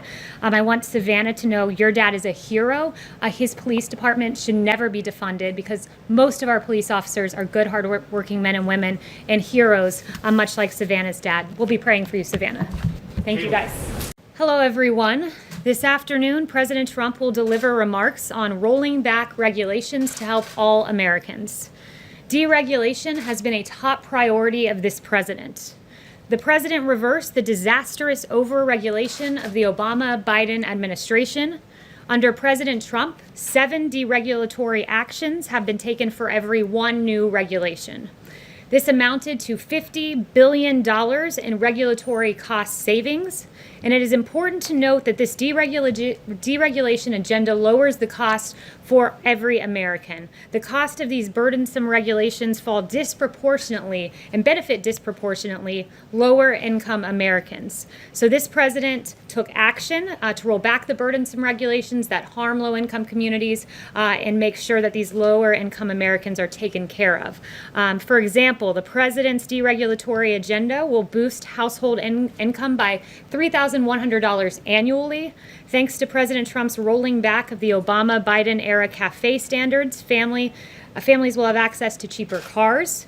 The president's healthcare deregulation will also save patients nearly 10% on prescription drug costs.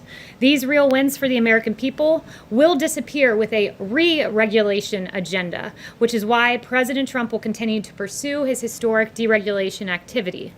On another note, we saw encouraging news yesterday on vaccines. Moderna's vaccine candidate is showing promising signs. It produced a positive, neutral immune response among the 45 participants in the study. This is comparable to what we see in recovered patients. And the bottom line is that so far we are seeing exactly what you would hope to see in a vaccine. They're expected, the Moderna vaccine in particular, is expected to reach phase 3 by late July with 30,000 participants. And finally, on the therapeutics front, I just want to note a very encouraging Regeneron contract, a $450 million contract for monoclonal antibody cocktail. This is a bioengineered version of convalescent plasma. One of the several therapeutics available to treat COVID, can be used for prophylaxis and treatment, and they say they could have up to 70 to 300,000 vials of this by the end of the summer or early fall. So Operation Warp Speed continues. We continue to see encouraging news on the therapeutics front, and with that, I will take your questions. Jeff. Thank you, Kaylee. Maryland Governor Larry Hogan said today that President Trump has left states to fend for themselves during this pandemic. He accused the president of not listening to medical experts. That is quite a takedown coming from a Republican governor.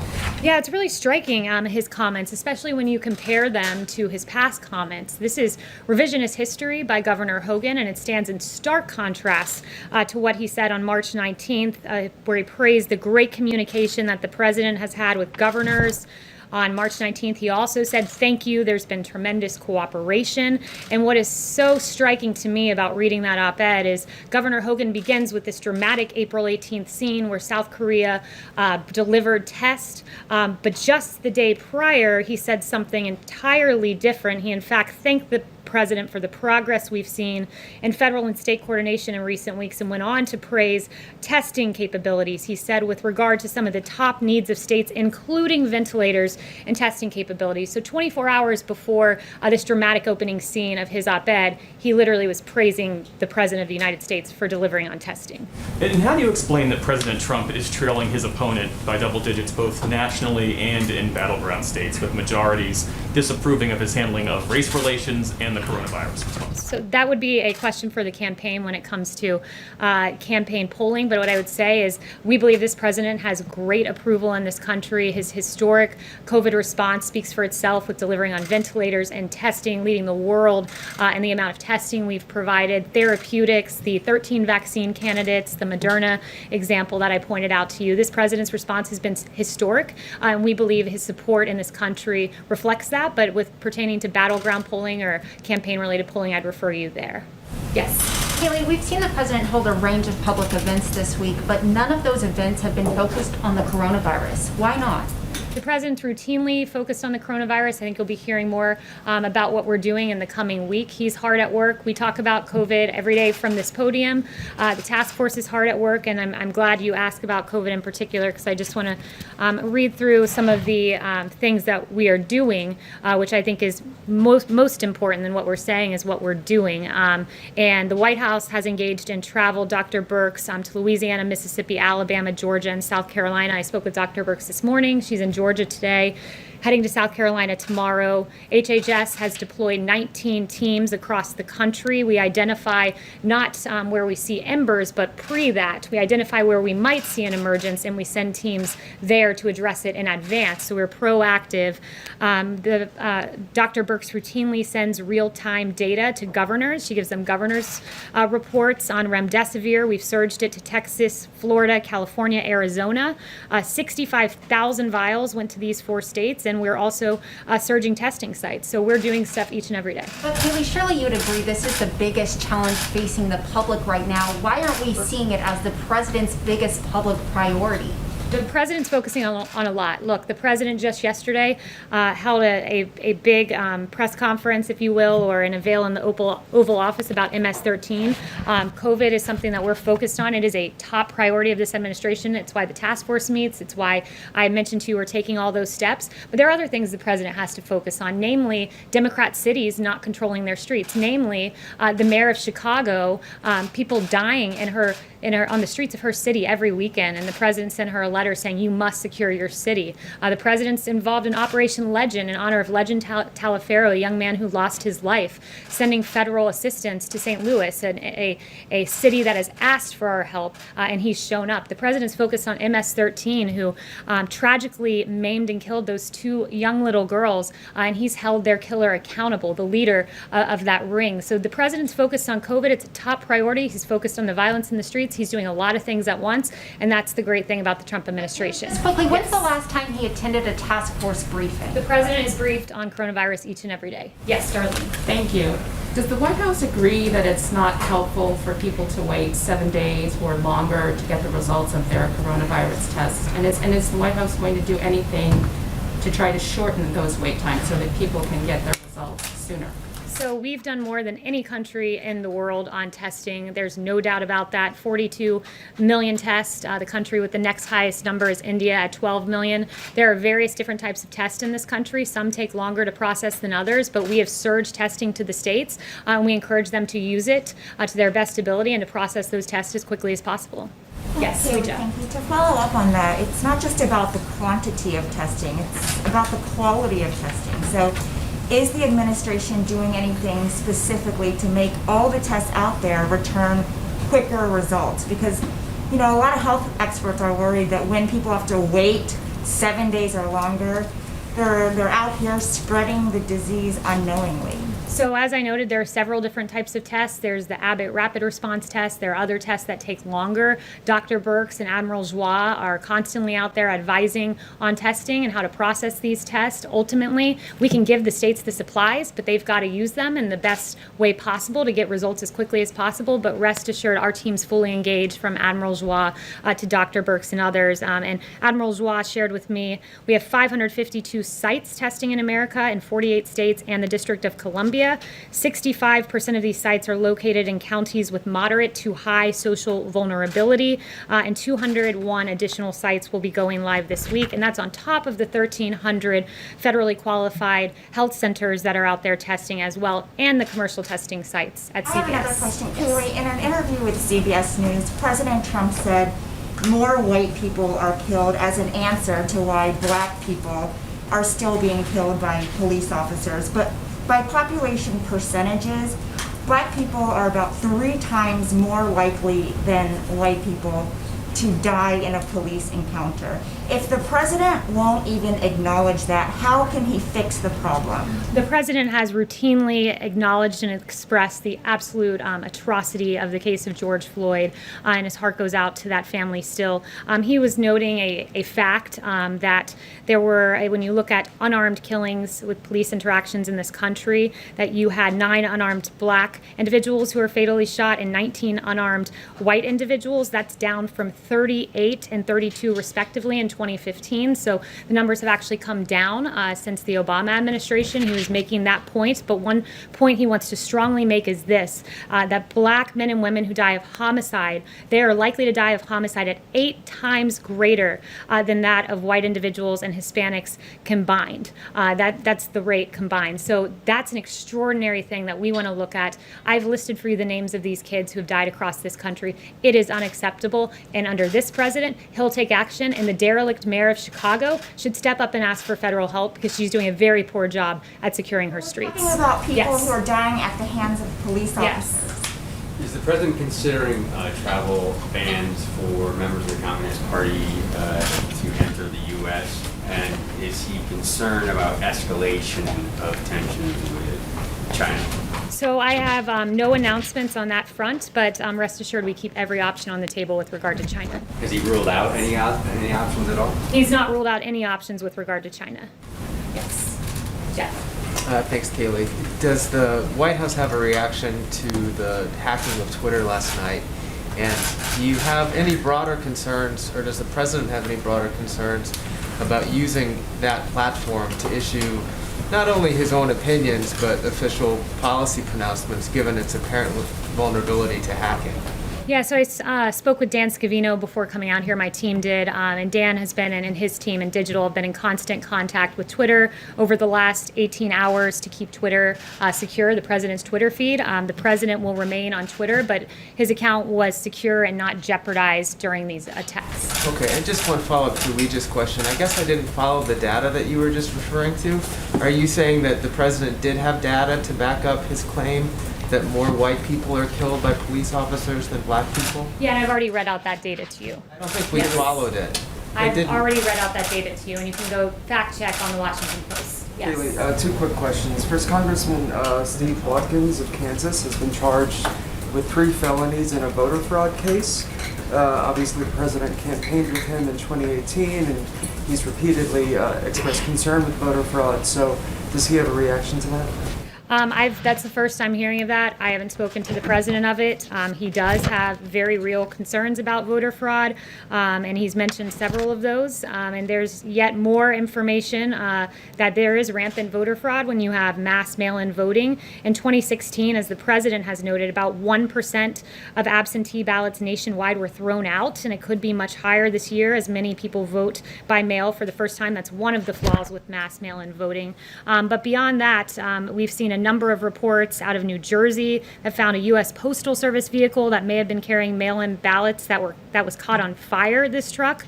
This was recent. Also in the New Jersey Star-Ledger on June 22nd, this was very striking. 500 to 700 Republicans received ballots with all Democrat candidates. They were erroneous mail-in ballots that had been voided and then reissued. And the slate of candidates on these ballots was all Democrat from Joe Biden down to dog catcher, and these were supposed to be Republican ballots. Those are 3 recent examples, and there are many more. A quick second question, Kaylee. When the president made the initial decision to move the Republican National Convention from Charlotte to Florida, he said that it was because the North Carolina governor was in a shutdown mood and that he was playing politics because he didn't want to pack an indoor stadium to full capacity. He also said that the cost to North Carolinians would be, and I'm quoting the president now, all of the jobs and the economic development the convention would bring. So all of that money, all of that time, all of that cost to jobs and economic development to North Carolinians for the same result, right? Because they're shrinking the convention in Florida. What does the president have to say to North Carolinians? The president loves the people of North Carolina. They're well aware of that. The president wanted to be able to hold his convention, which is why it was moved to Jacksonville. And for anything further, I'd refer you to the RNC. Yes. Thank you, Kaylee. The president has talked about an executive order on immigration coming soon. He's also talked about protections for DACA recipients. It's been unclear, though, whether those protections, the path to citizenship that the president talked about, will be included in the executive order. So I was hoping you could clarify. Will the path to citizenship protections for DACA be part of the executive order? So what I would say is this: as the president announced, he's working on an executive order to establish a merit-based immigration system. That will be the intent of the executive order. But the president has long said that he would look for a legislative solution on DACA, and he would work with Congress to pursue that legislative solution, and one that could include citizenship, along with other strong border security and permanent merit-based reforms. So that is something he would work with Congress on. Yeah, and the executive order would pertain to the merit-based portion of that. A second question on the schools. The vice president talked about some of the new guidelines or new pages of documents for CDC coming out this week. Is that still the plan? Are those going to come out this week? Is there any chance that this is being rethought at this time? So those are CDC guidelines you're referencing, so I'll leave it to CDC as to when those guidelines come out. But we really would like to see schools open. As has been clear, we don't think our children should be locked up at home with devastating consequences when it's perfectly safe for them to go to school, as emphasized by many medical experts. So the president is very keen on seeing schools reopen. It's the only thing that's fair to America's children. Yes. Thanks, Kaylee. 2 quick questions for you. On Wednesday, the CDC director said, quote, "If all of us would put on a face covering now for the next 4 weeks, 6 weeks, I think we could drive this epidemic into the ground." Admiral Giroir has made similar comments. The CDC director called it our, quote, major defense. I'm wondering if the president would consider at any point a nationwide mask mandate. Well, the president has said that he would wear a mask if he was in a place where he couldn't be appropriately social distanced. He did wear a mask this weekend when he visited the hospital. So he has shown that he'll wear a mask, and not only that, that he would wear one if he wasn't socially distanced, as evidenced by his own actions. We leave it to localities to make the decisions with regard to face coverings, and the CDC guidelines remain the same today, recommended but not required. And a quick second question for you. You were saying earlier that the president is very concerned about local officials who are not taking actions about deaths in their cities. You also said he was appalled by what happened to George Floyd. In March, a 26-year-old black woman named Breonna Taylor was killed while sleeping in her home. The 3 officers involved in that case in Kentucky have not been arrested or fired. Is the president monitoring that case at all, and does he want to see justice for Breonna Taylor?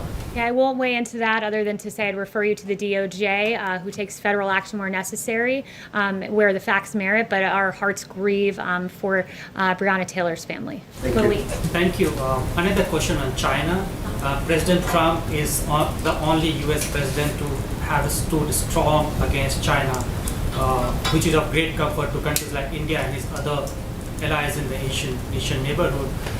Does he has a message to China on this? And has he spoken to China, other countries, how to collaborate against China? Thank you, Lalit. I did see your question earlier, and I brought it to the president, and he said, I love the people of India, and I love the people of China, and I want to do everything possible to keep the peace for the people. Thank you. Yes, a question that flows from two events that we saw recently that we wouldn't have seen at previous White Houses. The first was the campaign meeting in the Cabinet Room last month, and then the political speech in the Rose Garden this week. Can you talk about your understanding of what the White House policy is for this White House as far as politics? Is there any place in the White House where you think politics is inappropriate? I mean, where do you draw the line? We act in accordance with the Hatch Act. It's well established that the president and vice president are not subject to the Hatch Act. It says this much in the Hatch Act. It says that the Hatch Act applies to executive branch employees, which is defined in the Hatch Act as employee, meaning any individual other than the president and the vice president. So his speech in the Rose Garden was entirely appropriate. The Hatch Act has nothing to do with this, though. What? It has everything to do with this. Go read the Hatch Act. That's what you're alleging is problematic for the president. Stating what your real problem was the fact that the president gave a very good, powerful speech from the Rose Garden. Owen. Well, you talked about it earlier with school districts, but we're seeing more school districts, at least in Virginia, for example, last night, deciding to go online only. What does the president say to parents out there who are now going, okay, what do I do with my kids?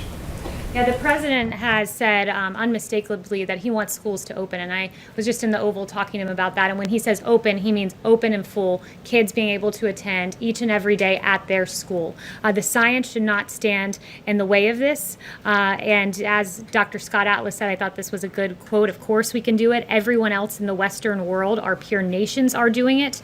We are the outlier here. The science is very clear on this. That, you know, for instance, you look at the JAMA pediatric study of 46 pediatric hospitals in North America that said the risk of critical illness from COVID is far less for children than that of seasonal flu. The science is on our side here, and we encourage for localities and states to just simply follow the science, open our schools. It's very damaging to our children. There's a lack of reporting of abuse. There's mental depressions that are not addressed, suicidal ideations that are not addressed when students are not in school. Our schools are extremely important. They're essential, and they must reopen. Yes. Thanks, Kaylee. The U.S., Canada, and the U.K. today accused Russia of trying to hack coronavirus research, vaccine research. I was wondering if the president has a response to Russia to that. Yes, so the one thing I would say about that, and it was announced earlier today, is that we worked very closely with our allies to ensure that we would take measures to keep that information safe, and we continue to do so, and we're aware of those activities. Yes, Chanel. Thanks, Kaylee. On the CDC, on the movement of data going straight from CDC to HHS now, understanding that HHS needs access to real-time data, was there also any concern whatsoever undergirding this decision regarding CDC's possible manipulation of data? There were some reports coming out of Florida. Certain states were coming out and saying mid-level CDC reports were not necessarily accurate. And so did that have any effect in this decision to send data straight to HHS? No, the intent for this decision, and I talked extensively today with Dr. Birx, with Secretary Azar, and with Dr. Redfield about this. The intent of this is we need to make sure that there is daily data that is being given to Dr. Birx and others who are running point on a lot of our actions with remdesivir and identifying hotspots.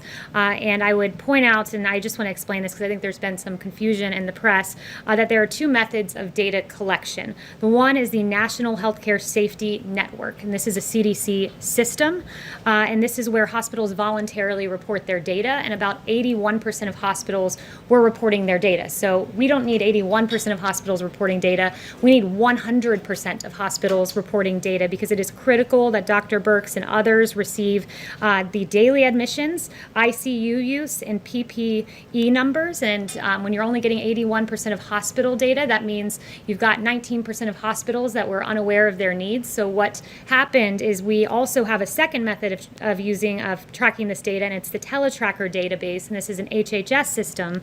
And this was initially used for purposes of provider relief funding, and we asked hospitals to tell us about their COVID admissions so that we could identify possible hotspots. And as it turns out, this data ended up being more complete, more up to date with information. And so ensuring that hospitals are reporting into this system where we're getting more complete data was the reason that HHS has had this transition where they've asked hospitals to transition reporting to the TeleTracker system. It's important, especially with remdesivir distribution, that we know exactly where the needs are so we can surge them. So this Still have access to this data. Yes, that's right. So I did confirm that with Dr. Redfield, that this is completely open source data available to the CDC.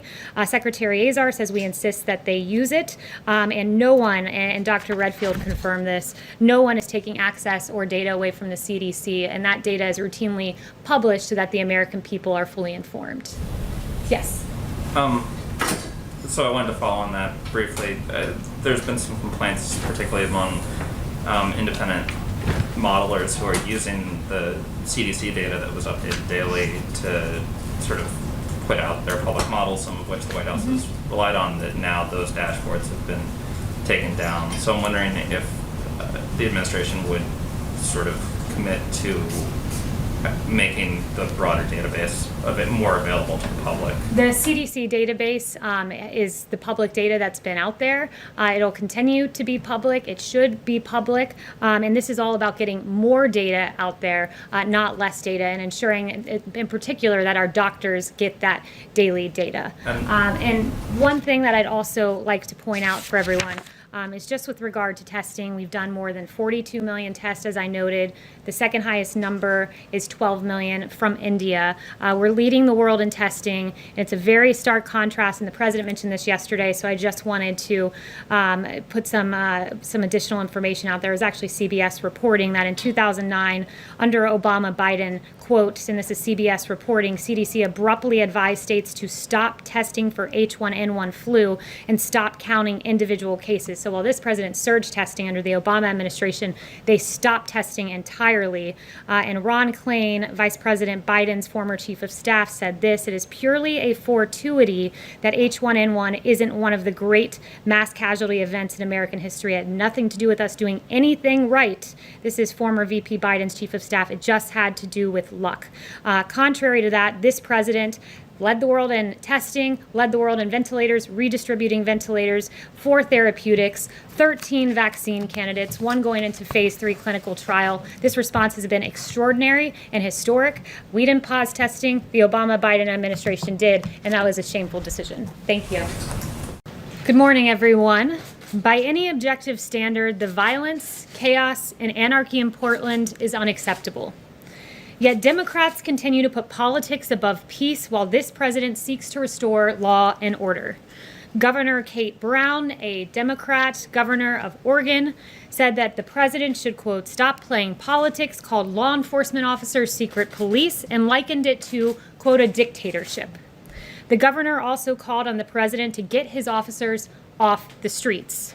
Democrat Mayor of Portland, Todd Wheeler, said the president is trying to look strong for his base, while you had Democrats on the Hill, Nancy Pelosi, calling these officers stormtroopers, and Jim Clyburn calling them the Gestapo. This rhetoric is unhelpful and gives the violence we have seen a pass. But President Trump will not give the violence a pass. He will restore order where the Democrat governor and the Democrat mayor are unwilling to admit that they have lost control of their city. The well-organized mob in Portland has become increasingly aggressive, especially against law enforcement officers. Individuals have thrown bricks, chunks of concrete, glass bottles, feces, balloons filled with paint, pig's feet, slingshots to hurl ball bearings, and batteries at federal agents and the courthouse. Multiple attempts to barricade officers in the Hatfield courthouse have occurred, attempts to start the structure on fire as well. Use of eyesight-damaging laser devices have been used, and strobe lights against federal agents as well. But according to Speaker Pelosi, when asked about the violent removal of statues, people will do what they do. The Trump administration urges state and local officials to work cooperatively to restore law and order. Operation Legend is a great example of this. At the governor's request, we went into Kansas City and surged the area with federal assets, FBI, DEA, ATF, and U.S. Marshals. This was named after Legend Taliaferro, a 4-year-old young boy who lost his life and was shot in his bed tragically. This has been a successful operation that has been waged in his name, including the arrest of wanted fugitives. Similarly, President Trump is taking action in Portland, even though you have a Democrat mayor and Democrat governor unwilling to work with us in this situation. We are surging resources, along with Secretary Wolf at DHS, and augmenting the Federal Protective Service to safeguard federal property. The bottom line is that this president stands with law and order, which leads to peace, and we will not allow Portland to become the new CHOP like what we saw in Seattle. And with that, I'll take questions. John.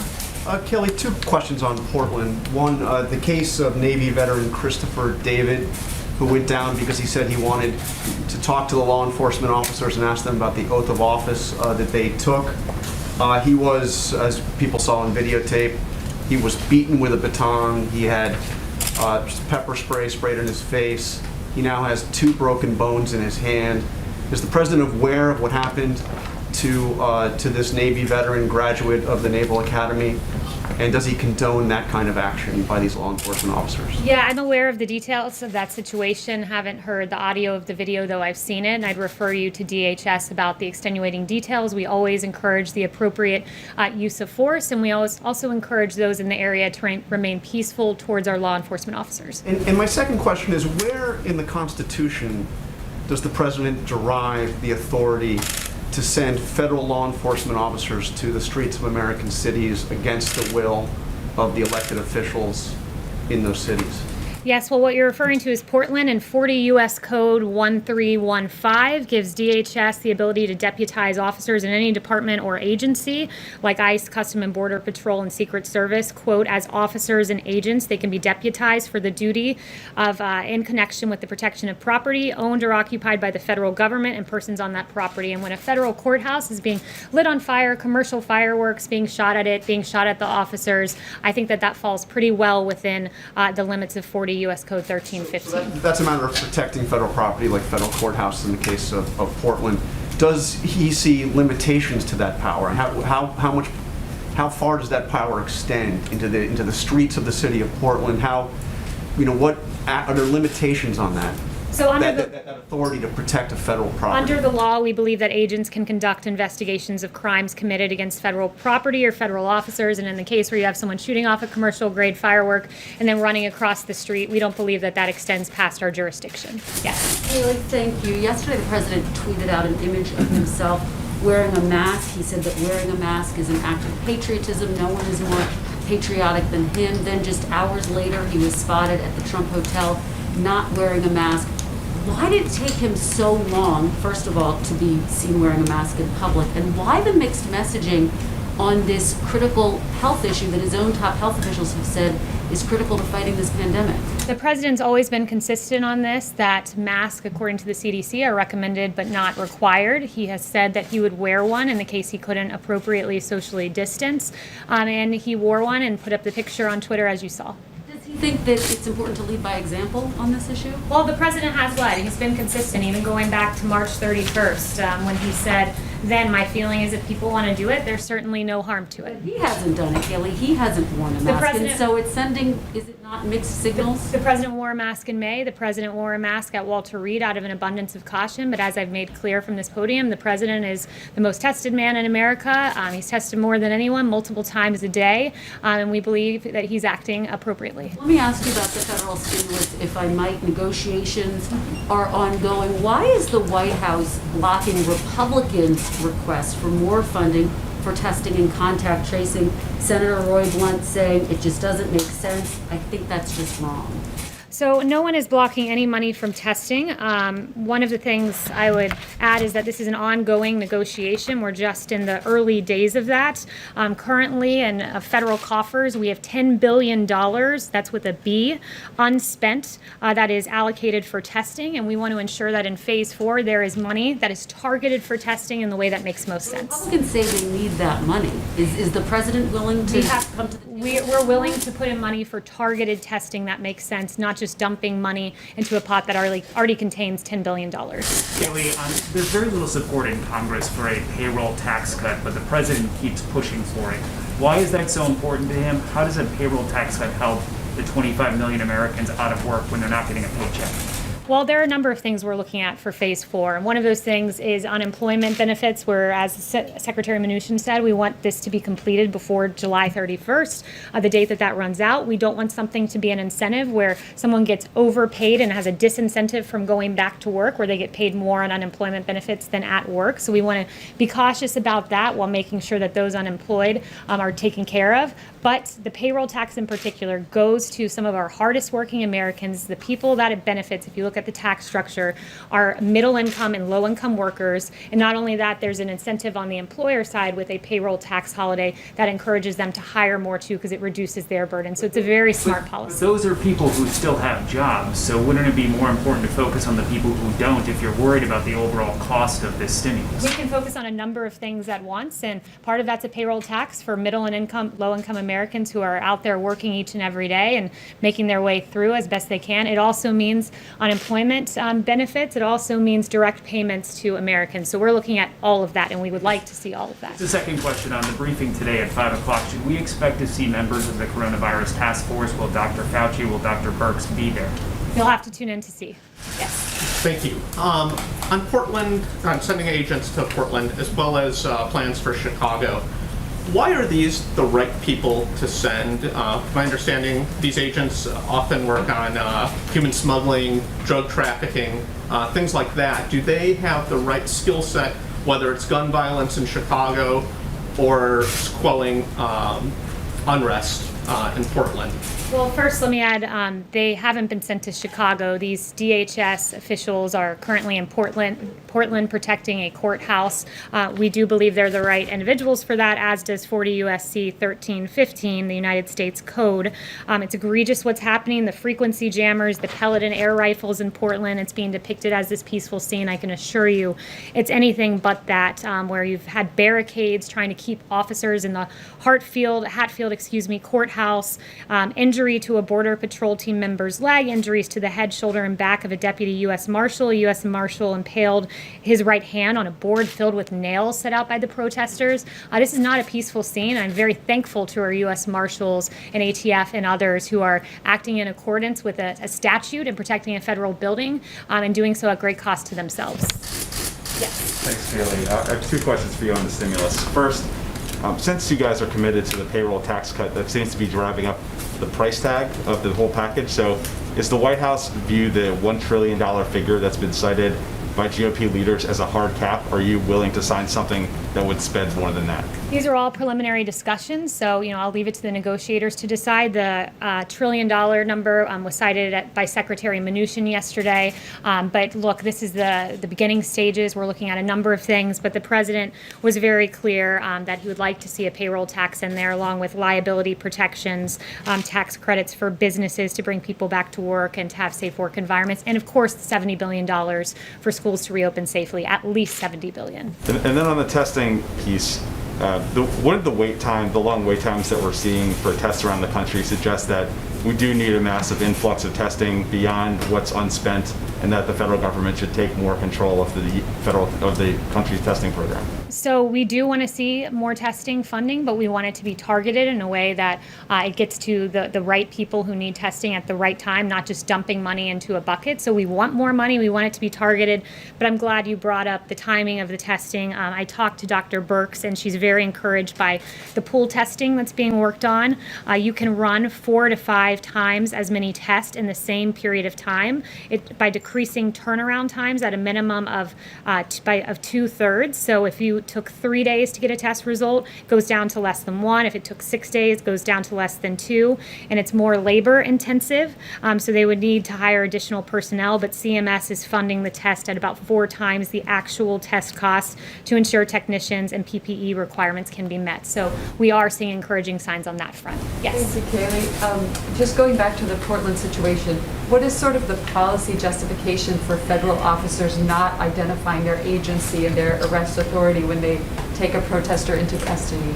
So I've been told by DHS that there is insignia indicating that they're law enforcement. They, in the case you're referencing, did identify themselves to the individual being obtained, but that they don't identify themselves to crowds because it would put them at great risk. And I think you can see that, as I noted, when they're sticking their hands into boards left out by some of the rioters.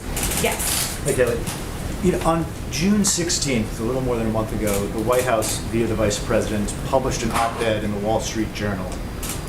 The op-ed said that the media has tried to scare the American people about the coronavirus. It talked about low positivity rates and declining case numbers in half of the states. There have been 25,000 additional deaths since that was published. Does the White House still stand by that op-ed? And then just more generally, what happened here at the White House and the administration in the last month when the message was that this was a problem that was on the mend and being addressed, until now with the exploding cases we've seen and 141,000 deaths?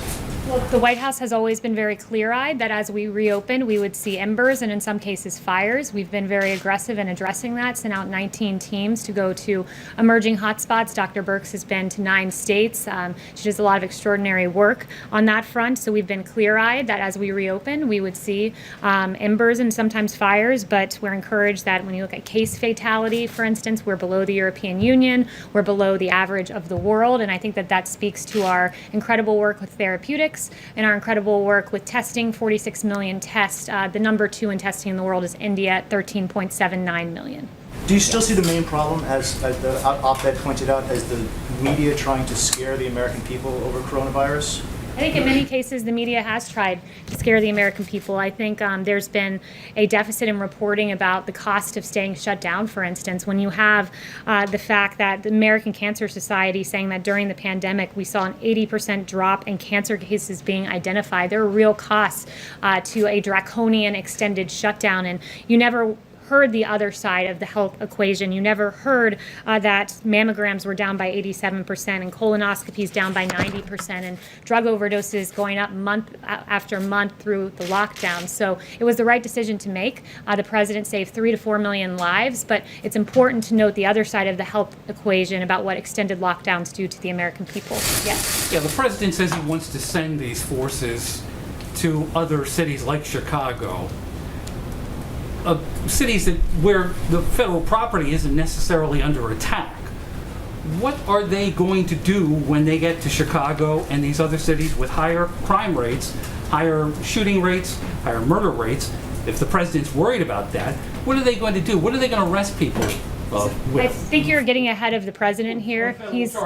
He's made no announcements as to who's going where. He's very discouraged by the violence that he's seen in Chicago. It's why he sent a very strong letter to Mayor Lightfoot offering help because she's clearly unable to control her streets, and the governor as well, unable to control that area. When you see the fact that there were 49 officers who were injured in this egregious video of them being lambasted with rioters with umbrellas shielding from view that they were throwing projectiles and 49 officers injured. Not only that, the poor citizenry of Chicago, where 12 were murdered this weekend, 70 shot alone. It's incredible what we're seeing in Chicago. He's offered his help, and we encourage the mayor to take it and to be forthright about the situation in her state, much like the governor of Missouri was in working with us on Operation Legend to protect the people of Missouri. But the leaders of these cities don't necessarily want unmarked police officers patrolling their streets the way we've seen in Portland, with the premise that they're protecting federal property there.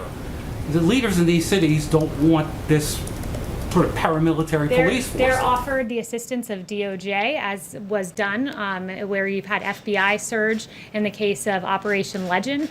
So when you have each weekend more than a dozen people getting shot in your city, perhaps it's time, more than a dozen killed, I should say, and children, perhaps it's time to say, I need the help of the federal government because what I'm doing is simply not working when more people are dying on the streets of Chicago than Afghanistan and Iraq. It's a tragedy. What if they don't say that? Yes, Stephen. Thank you. Well, I have a question about New York on a similar topic.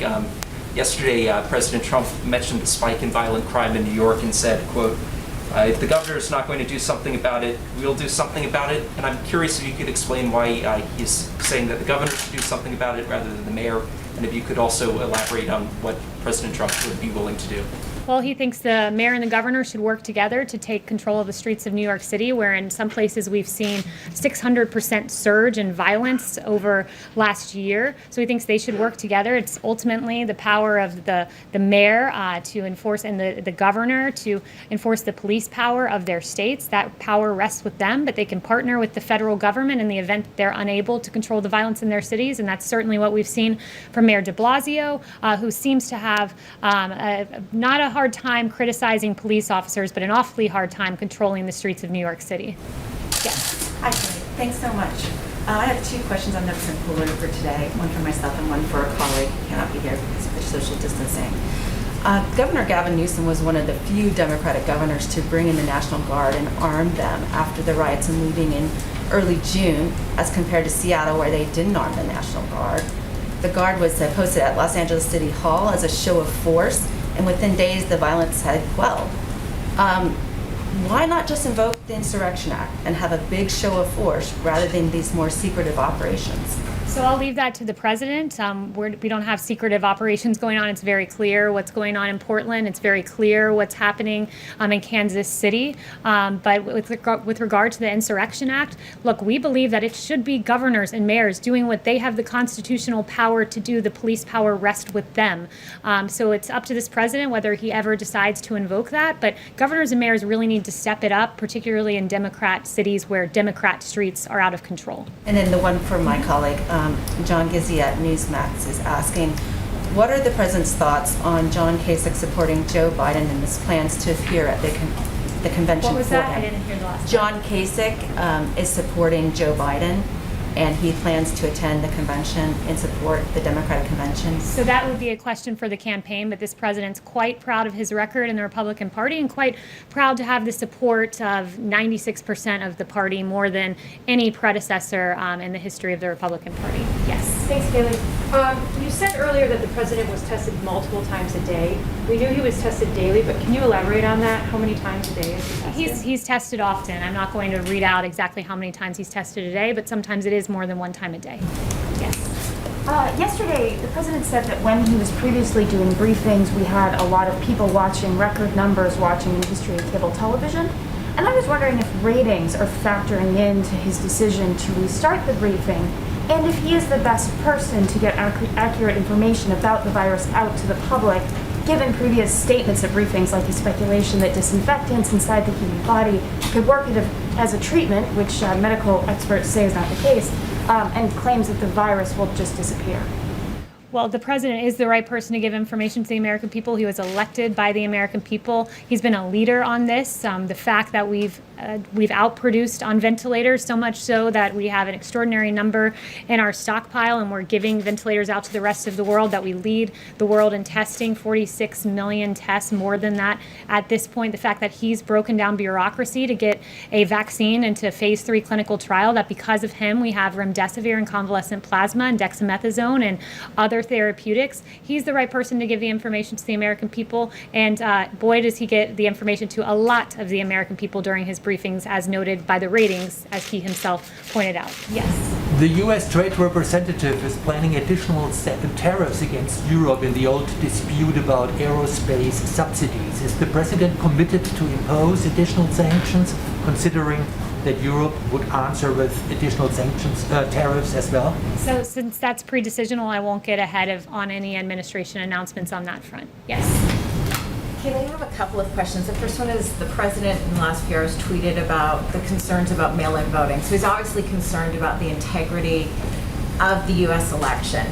and certainly internal sabotage. But why are we not hearing from the president about the fears about external sabotage? For example, coming out of the UK today, there's a parliamentary committee report that says that Russia influenced the Scottish referendum. There are questions about Brexit. But we've really not heard the president put the Kremlin on notice with respect to the U.S. election. Will we hear from him today on that? The president's put the world on notice that our election systems must be secure. This is under this president in 2018. He articulated the first full cyber strategy for the United States since 2003. In 2019, he extended the National Emergency Declaration on Foreign Election Interference. He routinely engages with Congress on election security, participating in at least 26 elections security-specific hearings. He signed legislation, $71 million, and so on and so forth. And that's quite a contrast to the Obama-Biden administration, who, when told of meddling in 2016, did nothing. And in fact, Susan Rice told the White House cyber team to stand down and, quote, knock it off when they floated options to combat Russian cyber attacks. And even Obama's cyber chief, Michael Daniel, has confirmed the stand down order. It's been in office now more than 3 years. I'm asking what's been done now. And given these fresh concerns, what are we going to hear from the president on So that? what's been done now? I just listed off 3 or 4 things for you, and I'm happy to go through more. We can talk about the $71 million in legislation on election security. We can talk about the $15 million for election reform activities. We can talk about legislation making more than $805 million available to states. And when it comes to mail-in voting, I would point you to the fact that there's a Wall Street Journal article just out today, and it talks about the dark omen for November and the absolute catastrophe in New York City, that we are a month into the election after the voting and we still don't know who the winners are of some of those races. And Governor Cuomo decided that he would prepay postage for the ballots, and what that meant was that the post office didn't put a postage stamp noting the date of the ballot. So as they're collecting these ballots in for a month, as you asked me about this, so I'm going to answer. So for a month, they've been collecting ballots with no postmarked date, and in fact what they found is 19% of ballots have been rejected in Queens, 28% rejected in Brooklyn. There are questions about mass mail-out voting, and I know you don't want to hear them, which is why you talk over me, but I encourage you to read the op-ed. Yes. On the China vaccine research, this is very You've gotten 2 important. questions, Russia which has is more than interfered. some of your colleagues. Yes. Thank you, Kaylee. Okay, you don't want to engage. In St. Louis, the McCloskeys have been charged with felonies for waving guns at protesters. The Missouri Attorney General is vowing to dismiss these charges. Where does the president stand on this? Yeah, the president, I asked him about that this morning, and he said it is absolutely absurd what is happening to the McCloskeys. He noted that this is an extreme abuse of power by the prosecutor, and noteworthy that the prosecutor, there have been many cases brought to her attention of violent rioters that she's failed to charge, but instead she's charging the individuals who are defending themselves from violent protesters. You have 300 to 500 protesters who stormed the gates, tore down the gates, and trespassed on their property, and you have Patricia McCloskey, who said that they were telling her they were going to kill them, these protesters. At the moment they were waving their guns to protect themselves. They were going to come in here, she said. They were going to burn down the house. They were going to be living in our house after I was dead. And they were pointing to different rooms of the house saying, that's going to be my bedroom, that's going to be my living room, and I'm going to be taking a shower in that room. So they were completely within their right, and it's an egregious abuse of power on the part of the McCloskeys. Turning to a different note, I just wanted to highlight some great work being done by senior advisor Ivanka Trump. There are nearly 40 million boxes that have been put together by the Farmers to Family Food Box Program, a great partnership to help families in need in this country. And yesterday you had Ivanka Trump visiting the DC Dream Center and personally distributing a number of food boxes. The distribution resulted in 1,000 boxes delivered to the DC community. And we thank Ivanka for the great work that she has done there. And finally, I just wanted to note something on COVID. Dr. Birx is an extraordinary doctor who served this country, dedicated her time to serving our country as an Army colonel. She served as an ambassador to PEPFAR, where she spent her life fighting AIDS and HIV abroad. And it is appalling, the attack that I saw on her in the New York Times based on no facts. And Dr. Birx, for weeks, has been sending out this data to governors, 400 pages of data to our governors so that they have the best information to make the best decisions for their people in their respective states. I've not seen anyone poring over data the way Dr. Birx has, and the attack on her was frankly appalling and egregious, and the New York Times should be very ashamed of themselves. Hello, everyone. The first duty of government is to protect the safety of our citizens. That's what Attorney General Barr said when he was here at the White House just a few days ago. For 55 days in Portland, Oregon, we've seen lawlessness, anarchy, and destruction that threatens peace in our streets and the safety of our fellow American citizens and the safety of our brave law enforcement officers. Yet some Democrats and some in the media continue to ignore reality.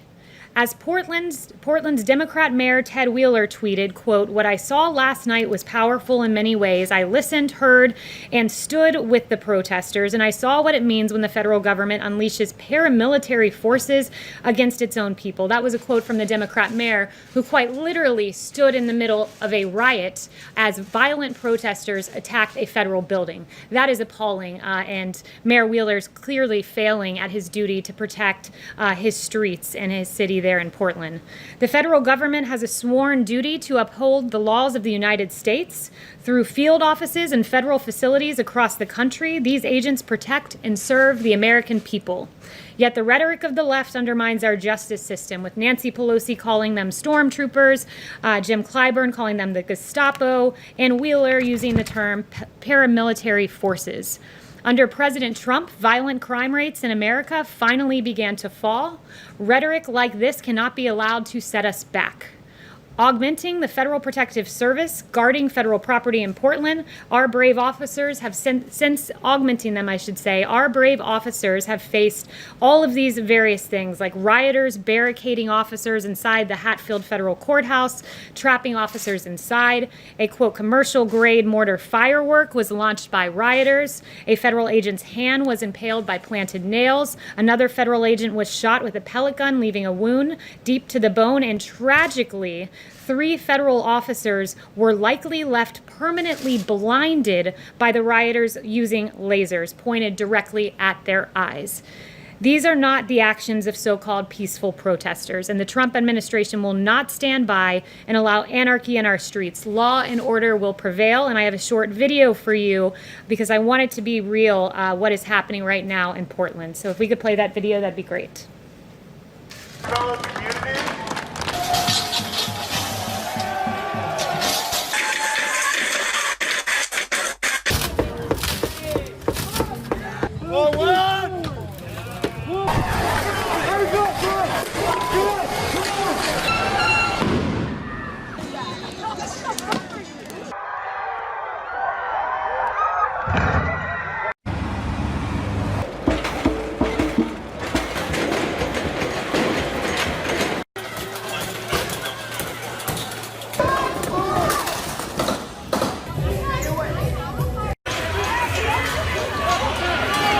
I hope someone kills your whole family. That wasn't me, homie.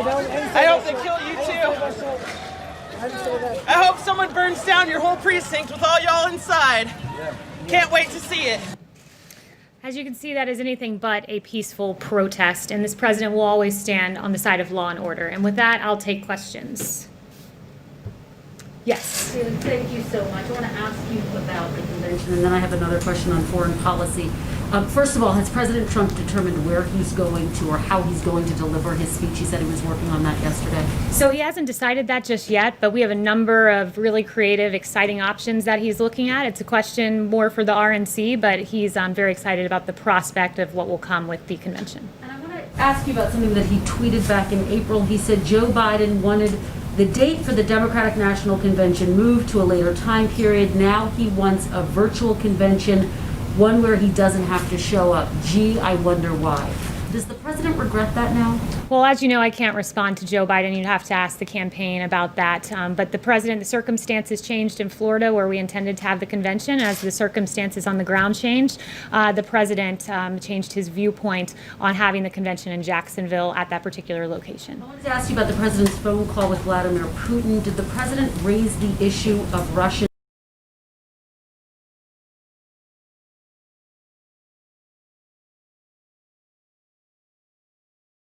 Liability insurance, is that a red line for you guys? McConnell said it was.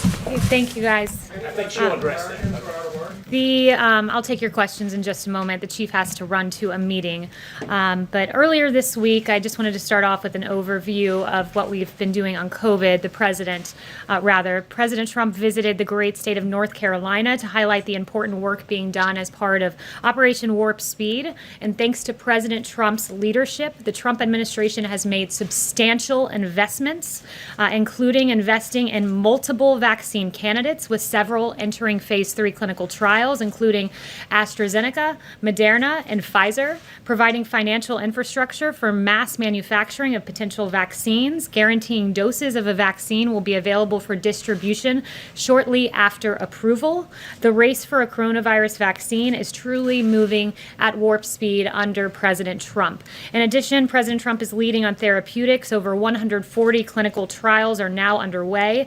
Remdesivir, dexamethasone, convalescent plasma, and monoclonal antibody treatments. Yesterday, President Trump visited the American Red Cross headquarters to hold a roundtable on donating plasma. This initiative will empower Americans to help their fellow Americans in battling the virus. These critical investments in a coronavirus vaccine are due to the fact that we have a businessman in the White House. And according to the Wall Street Journal, quote, Democrats blame the U.S. case surge on inadequate testing and contact tracing, but the U.S. has averaged 2 to 3 times more tests per capita than most European and Asian countries. Indeed, we've done more than 59 million tests, with India at number 2 with just about 14 million tests, so quite a difference there. Arizona, California, Florida, and Texas all were doing more tests per capita when they lifted their lockdowns, more per capita than Germany, Spain, France, and South Korea have averaged. The U.S. is the undisputed world leader in testing, and on top of the more than 59 million tests that we've done, the FDA has authorized more than 193 tests under emergency use authorizations, including molecular and antibody tests. Under the leadership of President Trump, the U.S. is leading the world in safe and effective therapeutics and the rapid development of a potential vaccine. Together, as one American people, we will defeat the invisible enemy. And with that, I will take questions. Paula. Kaylee, thank you. On Mark's comments about how it's Democrats who won't compromise, Democrats came up with a plan 2 months ago. The Republican plan was just presented on Monday, and in that time, the president has contradicted the Republican plan on the amount of stimulus checks, on student loans. Mitch McConnell threw you guys under the bus on funding for the FBI building. What do you say to the tens of millions of people who are going to lose their benefits when it appears that the real issue is that Republicans cannot agree among themselves, even though they've had months? That's not it at all. In fact, Democrats offered a $3 trillion plan. We have a very specific focus right now, and it's not this comprehensive plan, whether it be the HEROES Act the Democrats proposed that was unserious, or the HEALS Act. That narrow focus is this, that Americans are about to lose their unemployment insurance, and this White House, this Chief of Staff, this President, this Secretary of the Treasury have offered several iterations to make sure that Americans who through no fault of their own lost their jobs during this pandemic do not also lose these checks. We've made several proposals, as Mark Meadows just said to you, and how many proposals have the Democrats made? 0. And if you want to know where the Democrats' true intentions lie, look no further than the Martha McSally bill that was presented that would have extended the $600 unemployment insurance. It was rejected by Chuck Schumer, and that was a plan that the president was willing to endorse. The White House is Kyra. What do you say to those that are going to lose $600 a week in unemployment payments that need that money? And also, why didn't you start negotiating earlier, and why only the offer of an extension of 1 week? Well, what I would say to them is that this is unacceptable, that the Democrats have been fundamentally unserious. And you just heard the Chief of Staff say a great example of that is they had this massive $3 trillion bill that called for $100 billion in school funding. We then gave $105 billion, which then was deemed insufficient. So if Democrats were interested in extending unemployment insurance and helping the American people, they would have endorsed the Martha McSally bill and extended this by a week to give us time as we try to extend this in perpetuity while we also focus on evictions as well. What do you say to those Americans that are about to lose $600 a week? That they need to be calling the offices of Chuck Schumer and Nancy Pelosi and say, get to work and stop engaging in politics on the backs of hardworking Americans who deserve these checks, who lost their jobs through no fault of their own. Are you willing to pass on the liability protection? That's a question for Mitch McConnell. He said that that's going to be a part of any bill, but that's Mitch McConnell's, that's his priority. This president is very keenly focused on unemployment insurance, and the Martha McSally bill is a great example of what Democrats are focused on. Yes. Kaylee, if the president is so worried about how long it'll take to count ballots in the election, then why isn't the president and this White House doing everything it can to secure more funding for staffing and other resources to make sure that we can have a safe and proper election? Look, what this White House is focused on is making sure that our election is not riddled with voting fraud and that the timetable is not hung up here. There are several lawsuits that the campaign is engaged on, and I would point you to the campaign for specifics that doesn't answer my question, though. My question is, what is the White House doing to get more resources for funding and staff to make sure, as the president says, that it will be a secure and safe election? Well, as you know, Peter, states run their elections, and it is up to states to make sure that they have the capacity.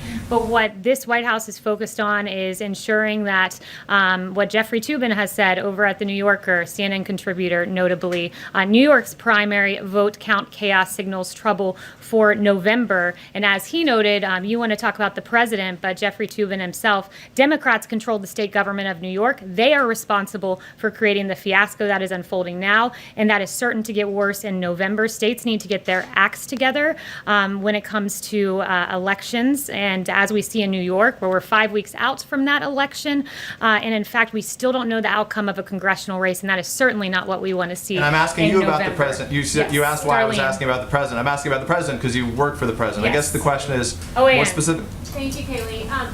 So the president's meeting this morning in a few minutes with the National Association of Police Organizations. In 2008, 2012, they supported Barack Obama and Joe Biden. In 2016, they didn't support either candidate, and now in 2020, they're endorsing President Trump. To what does the White House attribute this change in support? Well, it's clearly a change in the Democrat Party, Jen. When you look at the polling on defunding the police, ABC News, Ipsos poll, 64% oppose defunding the police. Huffington Post, 57% oppose. Rasmussen, 59% oppose. But make no mistakes, Democrats want to defund our law enforcement. It comes at a time where 64% of Americans say they are concerned that growing criticism of America's police will lead to a shortage of police officers and reduce public safety in the community where they live. The American people have seen very clearly where the Democrat Party of today stands. It's at an unacceptable place, and I think that this administration has shown great respect for our law enforcement, who every day are out there defending and protecting our streets in Democrat-run cities that have turned abundantly chaotic because of their lack of support and respect for law enforcement. Darlene. Can you explain why the White House did not counter with a comprehensive plan of its own? You said the White House was focused on two things, the unemployment insurance and evictions. Why not have a more comprehensive proposal to counter what the Democrats have put on the table? So I've walked through at this podium the more comprehensive plan that this White House was hoping to see, and our priorities like tax rebates, unemployment benefits, enhanced hiring and retention payroll credits, workplace tax credits, restaurant donations, and others. Those are all part of the HEALS Act. So there is a comprehensive plan that was put forward by Republicans on the Hill with several White House priorities in it. But right now, at this day, at this moment, our focus is making sure that Americans who have lost their jobs get their paychecks. It's why, as you heard the Chief of Staff say, we've made 4 proposals. Democrats have made precisely 0. Can I ask about the nomination of General Tata? Is the White House still behind that? The president still supports General Tata. Yes. Kaylee, so is there anything that you agree with on the Democrats after all these negotiations? Are there any points of unity so far? Well, look, they've presented 0 plans. So we've presented 4, they've presented 0. So do we agree with them? It seems that they don't agree with us. The White House supports unemployment insurance benefits. The White House supports ensuring Americans don't get evicted. But what do the Democrats support? What do they stand for? So far, they've offered 0, nothing, except rejecting Martha McSally's bill to ensure that those who are receiving those checks continue receiving them. Is there an upper limit, Kaylee, for the amount that you're willing to go to? Has the White House decided on some sort of a cap for how much you're willing to spend this round? Not that I'm aware of. The president has said, he wants to make sure money gets to the American people. Yes. The Trump administration wants $377 million in the coronavirus relief bill for the the long-delayed modernization of the West Wing. How is that a priority in terms of the coronavirus pandemic? You guys talked about priorities. You had the FBI bill, which doesn't seem to have much support from Capitol Hill as well. So two things, and I'm glad you asked that because I do want to give you some details about those two items in particular. When it comes to the FBI building, this has been a long discussed issue. I would note that the 3 previous COVID bills that have been passed had plenty of other things in them that were not related to COVID. One of those examples is the Harbor Maintenance Trust Fund.